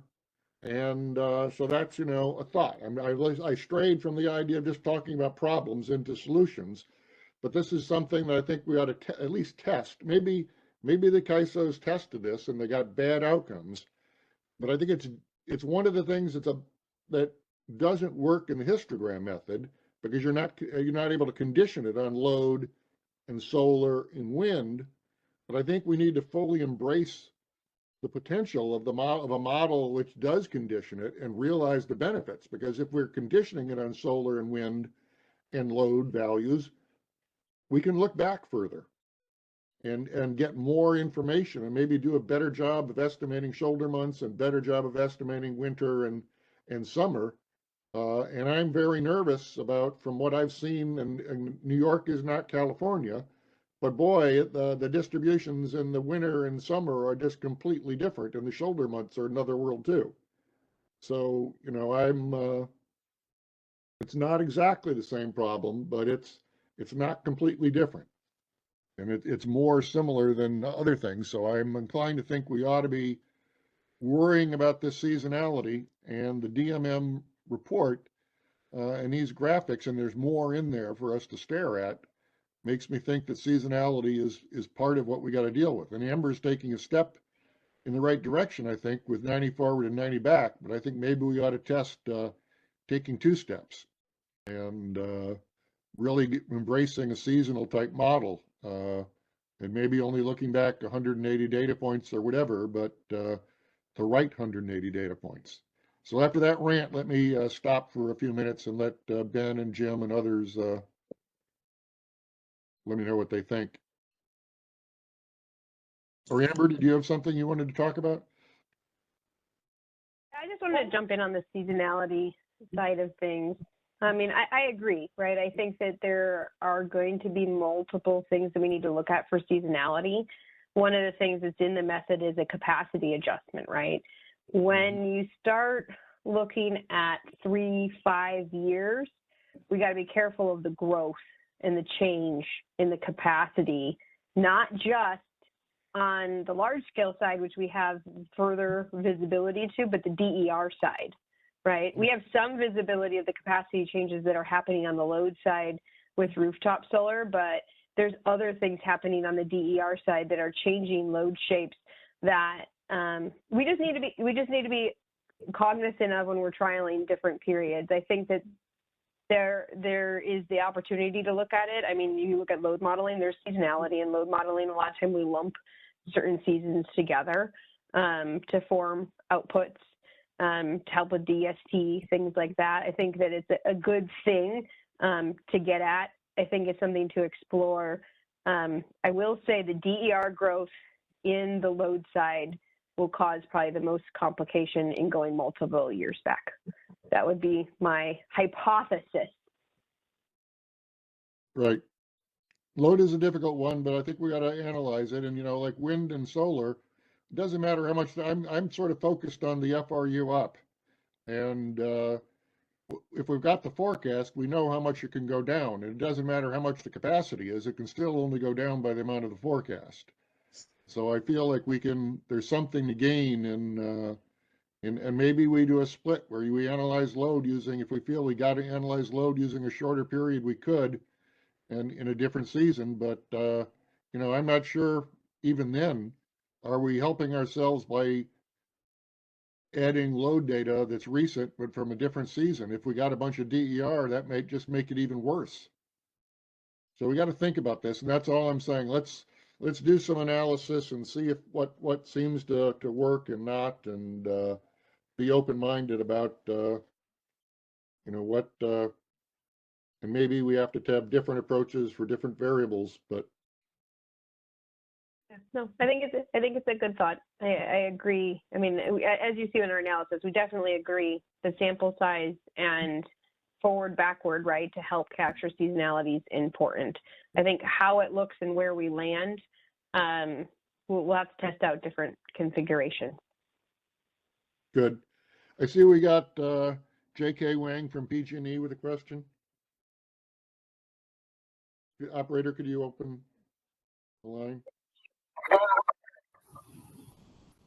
I'm sorry, can you hear me? Yes. Okay, thank you so much. Scott, thanks for sharing your opinions. I have a couple of questions. First, questions to Amber. I missed the definition of the forward-looking data. Can you please explain what is that? Oh yeah, so on slide, let me pull it back up again, just so I can give you guys a reference to Oh, wrong. It is, so the forward backward definitions on slide 17 of the presentation that we gave. When you're talking about sample scheme 3, it's 40, you could do 90 days forward and 90 days back with day type splits or without day type splits. That's sample size 3 when we go through it. And then when you get into sample size 4, it's 90 and 90 with no day type splits. That's the big difference as we're talking about them. So it has 90 and 90 right now in the configurations and the simulations that we've trialed. But like Scott's saying here, these are the trials, right? You want to see where the needle is moving in the Pareto graph. We need to look at it in the relation to informativeness and then kind of peel the onion and see if there's other seasonality metrics that need to be in there. I guess my question was even simpler. Like when you say backward, my understanding is you use the data minus like D minus 180 or 90. What do you mean by forward looking? Like because it's already a forecast, right? How do you do the forward looking? Oh yeah, that's a good question. So it would be like using 11/30 of 2022 forward 90 days. So it'd be 2022 forward. Okay, so you use the same day that you're looking at forward and backward counting in the past year. Yep. Gotcha. Okay, that's really helpful. Thank you, Amber. So my question to, and actually not a question, maybe a comment to what Scott just shared and what based on Amber's presentation, it seems the method itself definitely have improvements or plus and minus, but the problem itself is also because the sample size and how do we process the sample, like as Scott mentioned, stratify the data into season, they improve it. And from Amber, your presentation and comments, the reason that we don't use a larger sample is because the market or the CAISO system has been rapidly changing. So back a couple of years, maybe the data is not as countable as it is now. Is that a reason? So I think that that's not an explicit reason, right? I think that you can use a bigger sample size. We have to look at the sample size that's there and the benefit that it provides to the overall metrics that are there, right? So you could go to 2 years, you could go to 3 years, right? You want to make sure that it's still benefiting the overall goals of informativeness, the requirements, the usability, all of those different pieces, the bigger data set. And then we have to be cognizant, the more data that we have, it is data that has to get passed back and forth in real time in the market system to help figure out the passing group. So we need to be aware of the IT infrastructure side, the more data that we get to. But it's open, right? And we're not saying that you have to stop at 180 days. I think we're just peeling the onion of what it looks like.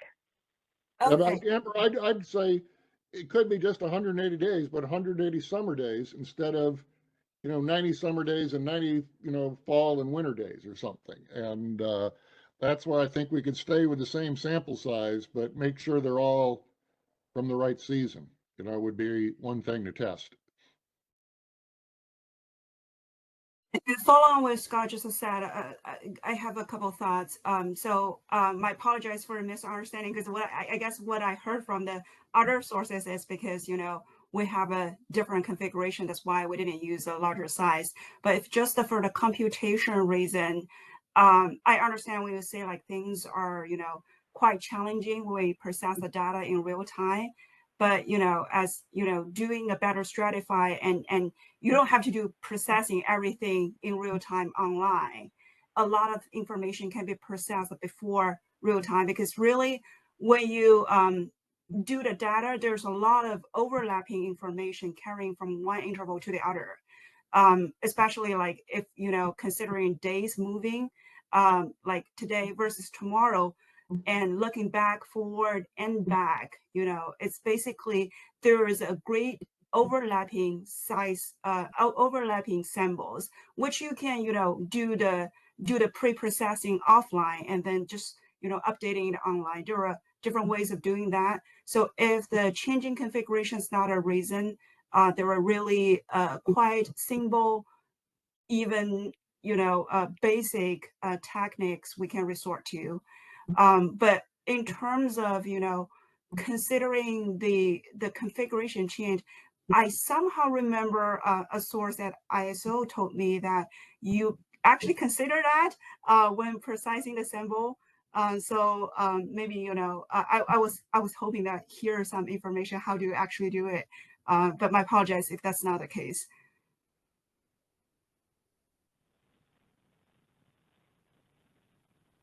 Thank you. Can you repeat the? Go ahead. Oh, yeah, I just didn't quite catch the last question, JK.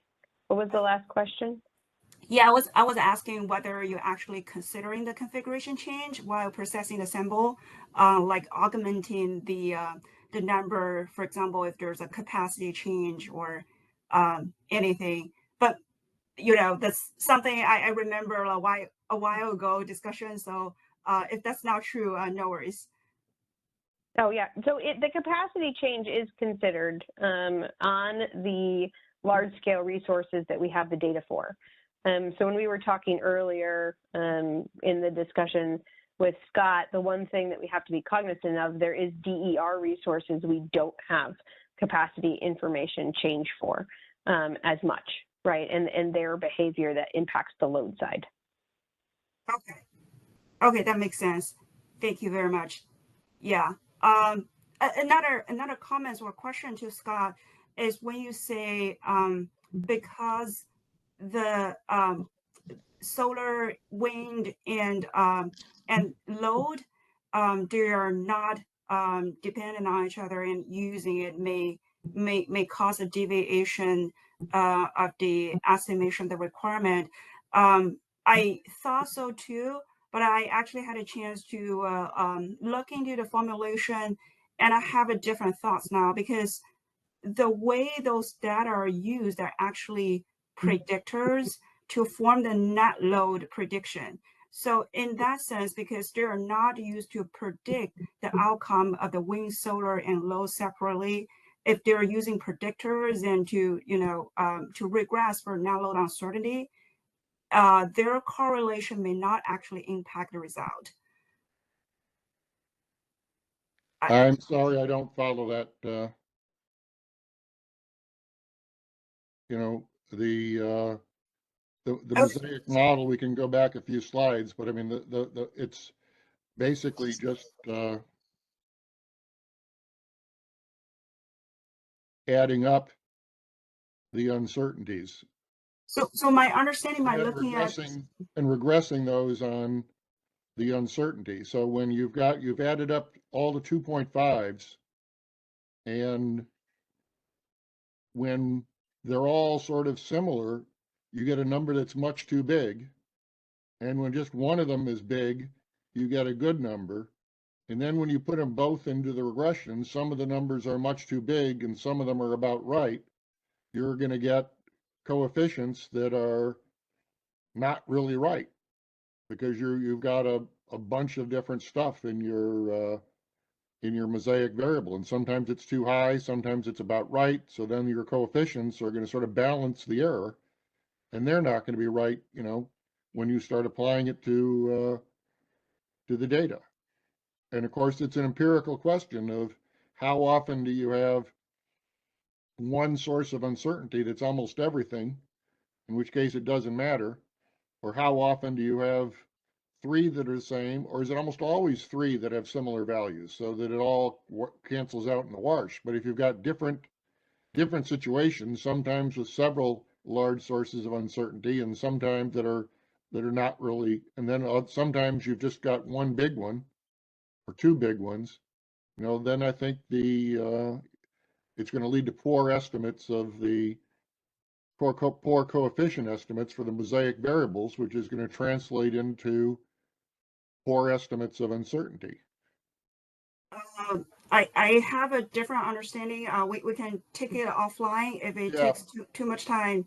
Yeah, so only like what you described, I think it's true if you have the prediction synthesized afterwards.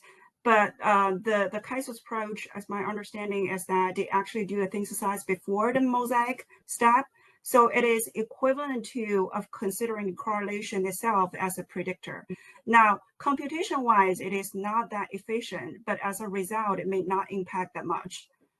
Okay, well, we'll have to work with the KAISO and figure out that's based on, my understanding, and we can hash that out. That's good to understand, to know. We need to talk to KAISO and make sure we understand what they're doing. We can talk about it more. JK's right, and we can go back into how the computational side works, but the way she's explaining it is accurate, but we can talk about it more. Okay, that'd be good.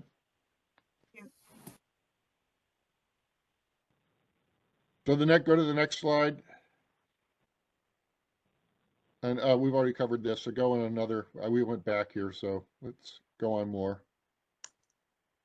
Okay, this is another important part of the, right here, stop there, the DMM analysis, where they looked at, and Amber mentioned this, the statistical significance of the mosaic variables and the regression variables. And, I'm not going to go through all this in detail, but the bottom line is the mosaic variables, the values are very, very often not statistically different from zero. And whereas the solar and wind are more often significant, but even they're not very significant. Go to slide 18, the wind and load coefficients, go to the next slide, are actually not different from zero in many, many, many hours, and only a small number of hours or most of the days have non-zero coefficients. Now go to the next slide. When we look at solar, on the other hand, we've got, sometimes it's like 99 or 100% of the days have coefficients that are statistically different from zero in a bunch of the hours.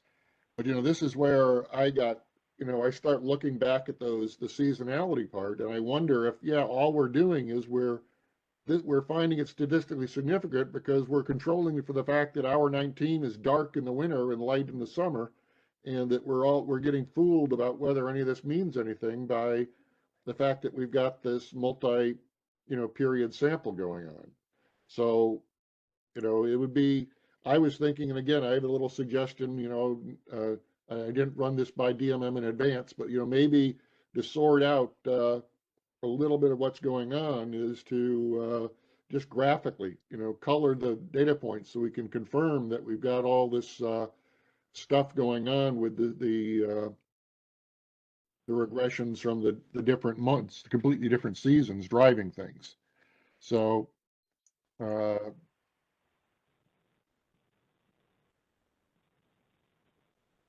if you go on, my thinking about this is, it isn't necessarily, one more slide. It isn't necessarily damning that we've got the low statistical significance for these variables. One possibility is the coefficient estimates are really zero, in which case, it means that wind and solar and all these forecasts don't affect uncertainty. That would be bad. It would mean that this all is a waste of time. It's also possible that it's being complicated by the fact that we've got the weekend hours and with a small sample, and that's part of the problem. It's also possible that we're getting messed up because we're looking back into other seasons.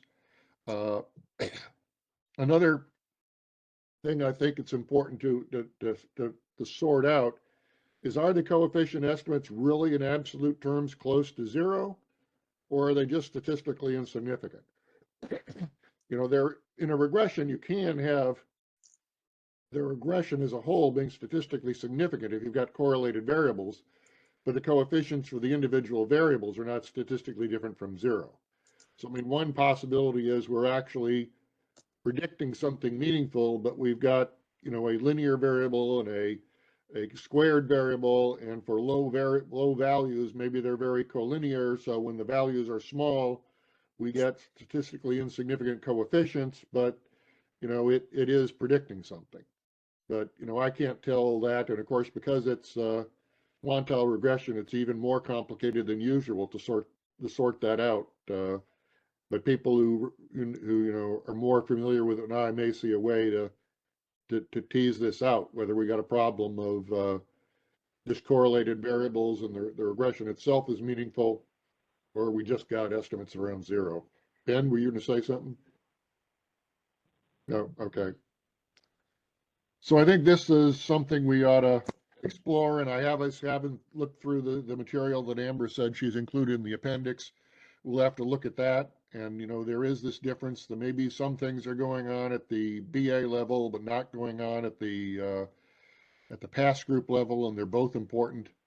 So that's another thing we have to sort through.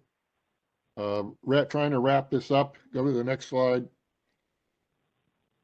This is not really new material. I was just sort of trying to put it in one place, sort of the things we need to think about. Is there really a same season relationship between the wind forecast and uncertainty? Because if there's not, there's no point in doing the mosaic methodology. But if there is, then that's a strike against the histogram methodology. So figuring out whether that's true is important. Then we got the look back period seasonality, which Amber's talked about and I've talked about. DMM also talks about the solution time impact. We don't want to make this any more complicated than it already is, because we don't want it to slow down. You know, running the market is actually the most important thing, and we don't want to spend too much time with this if it's not. And then we got the problem of how to combine the separate estimates. And maybe when I talk to Amber, there's some other step in there that I'm not aware of that takes care of this, but you know, I'll have to see that. And then we got the problem of the varying pass groups, and then we got the weekend sample size. So, but maybe if we change the sample period, maybe everything, but if we combine them, maybe it's good. Next slide is just the same thing for the histogram. You know, some of these problems don't go away with the histogram method. We still have to worry about look back seasonality. We still have to worry about weekend sample size. And then the knife is pointed the other way on the forecast uncertainty. If it matters, the forecast uncertainty does depend on the size of solar and wind forecast, then that's a problem with the histogram method because it's going to be too high and too low. So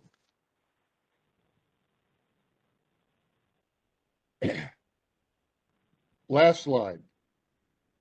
You know, these are things we ought to think about. You know, they're choices. Do we try to fix the mosaic design? Hopefully we can. We could return to the histogram methodology, but it's not very good. You know, none of this suggests it's great. It just, the mosaic is not that much better. Maybe we have to revisit both of them and try to fix seasonality and sample definition, and maybe we find that one of them works well. DMM had some analysis of just using a lagged variable of actual uncertainty, but it seemed to me, you know, but this is very dicey. They show how the accuracy of that declines rapidly as time passes, so it just may not be possible to implement in the market. You know, and DMM's also done a lot of analysis I didn't talk about the normal distribution and kurtosis and skewness, and maybe we can do something that adjusts for heteroscedasticity and run some kind of model and just calculate the 2.5% you know, error term from some kind of model. But that's got some of the same limitations as the mosaic method, and it's going to be probably even more difficult to apply in real time. Maybe we can find a simple method, just adds together the sum of forecast load, wind forecast, and solar forecast. It has some simple regression that isn't so complicated to predict uncertainty, but we don't know if that's going to work, and it still has some of the same problems.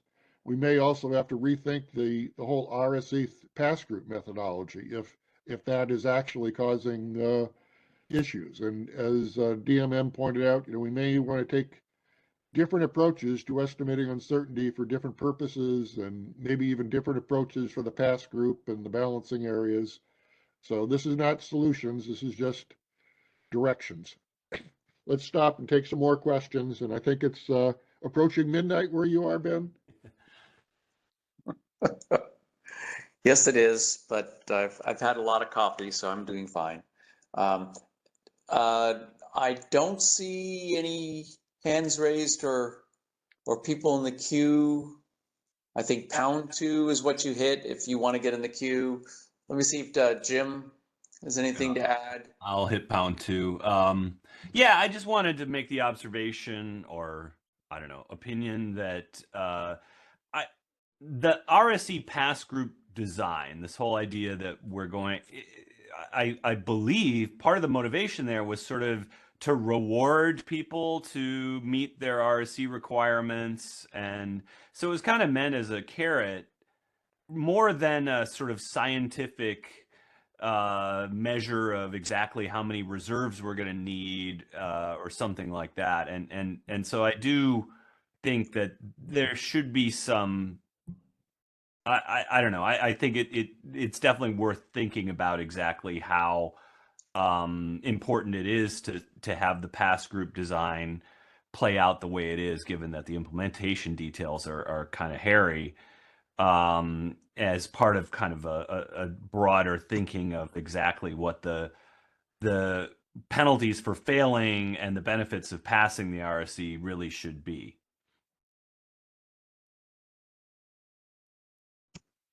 Thanks, I Jim. guess that feeds into the next point too, that like, I think if we kind of work back to what is it that we're really trying to accomplish with the RSE, I think the framing we've sometimes offered is we think of it as a form of alternative to a resource adequacy requirement, or a way of sort of trying to bridge different RA requirements, that, it does seem like having a more stable target to hit for those purposes might make sense, more sense than, say, for a flexible ramping product kind of requirement and those sorts of things. Implying that two different methods, that one method might be best for RC and another method best for FRP. Is that the upshot?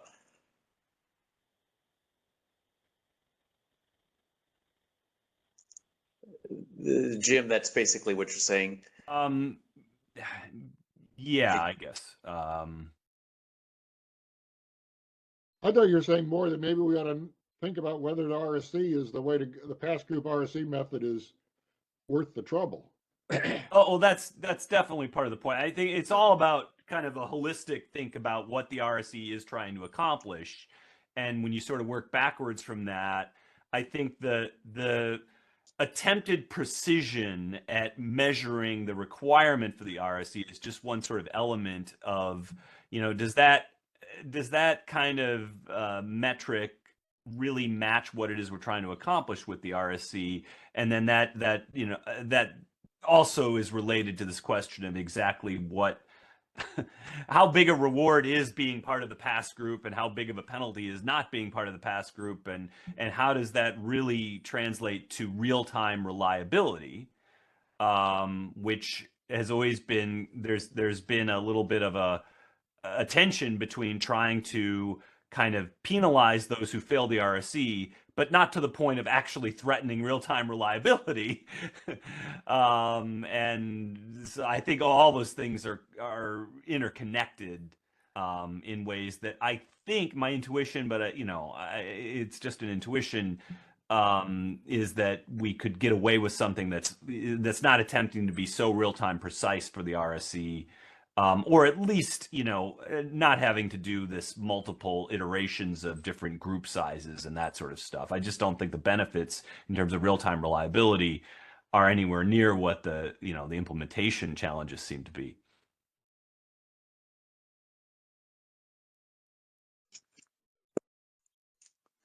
Okay, thank you. Guillermo, can you see, Ben, can you see Guillermo's got his hand up? No, actually. Okay, well, I'll call on you, Guillermo. Yeah. I can see your hand. Thank you. I think Jim is raising very good points, because I fully agree that we need to look at this holistically. There are many moving pieces when it comes to the resource efficiency evaluation, coupled with the framework that we develop for the real time, right? And there are different objectives and targets that need to be trade-off.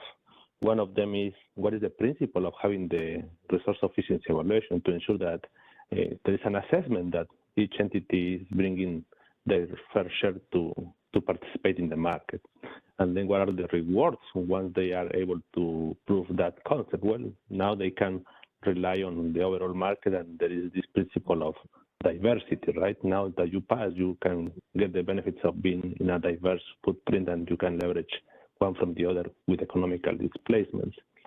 And in regards to the consistency between using potentially one approach to estimate the requirements for the test versus potentially something else for the market, and we also need to make sure that we assess the trade-off of having that simplicity versus the inconsistencies that we may create by having two different targets to meet for two different purposes. Because in the last 2-3 years, the CAISO has worked very aggressively to try to make as accurate as possible the requirements, the assessment, the test, to ensure that it's reflective of what the conditions eventually may be in the real time.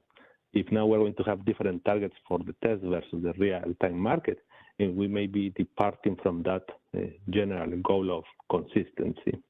And the last piece is that part of the model that now we have for the FRP in the real time has to do with this locational approach, right? We have this nodal procurement of FRP, and the fact of having this passing group subject to that locational constraint ensures that, yes, it's deliverable, and that is one of the elements that we were pursuing to ensure that we have effective procurement of FRP. So there are many tools and levelers to consider here when we are talking about what to use for the test, what to do with the test versus what we are using for the real-time market. Thank you.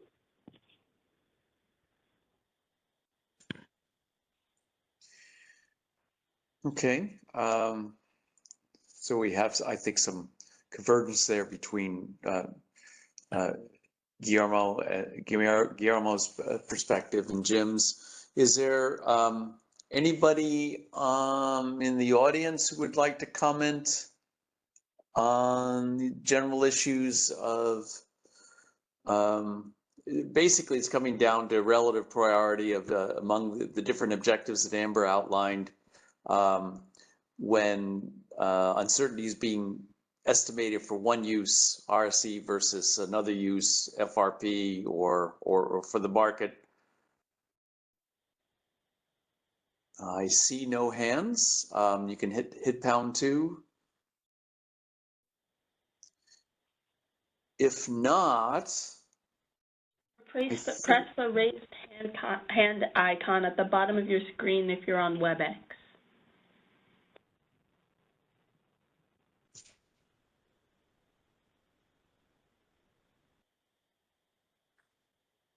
Okay, it seems that we've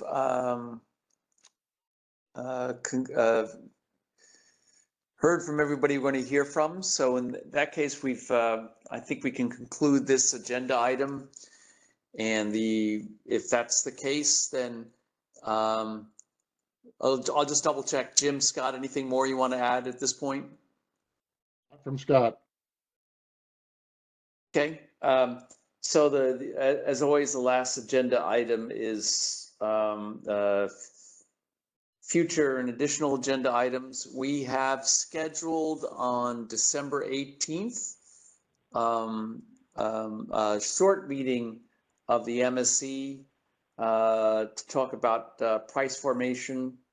And I believe that will likely be a 3-hour meeting online, as has been the case recently. But stay tuned. There's a hope that we'll have in-person meetings come this late winter or this coming spring. I'm looking forward to seeing you all in person. Scott and Jim, anything you want to say about the future agenda? No. No. Okay.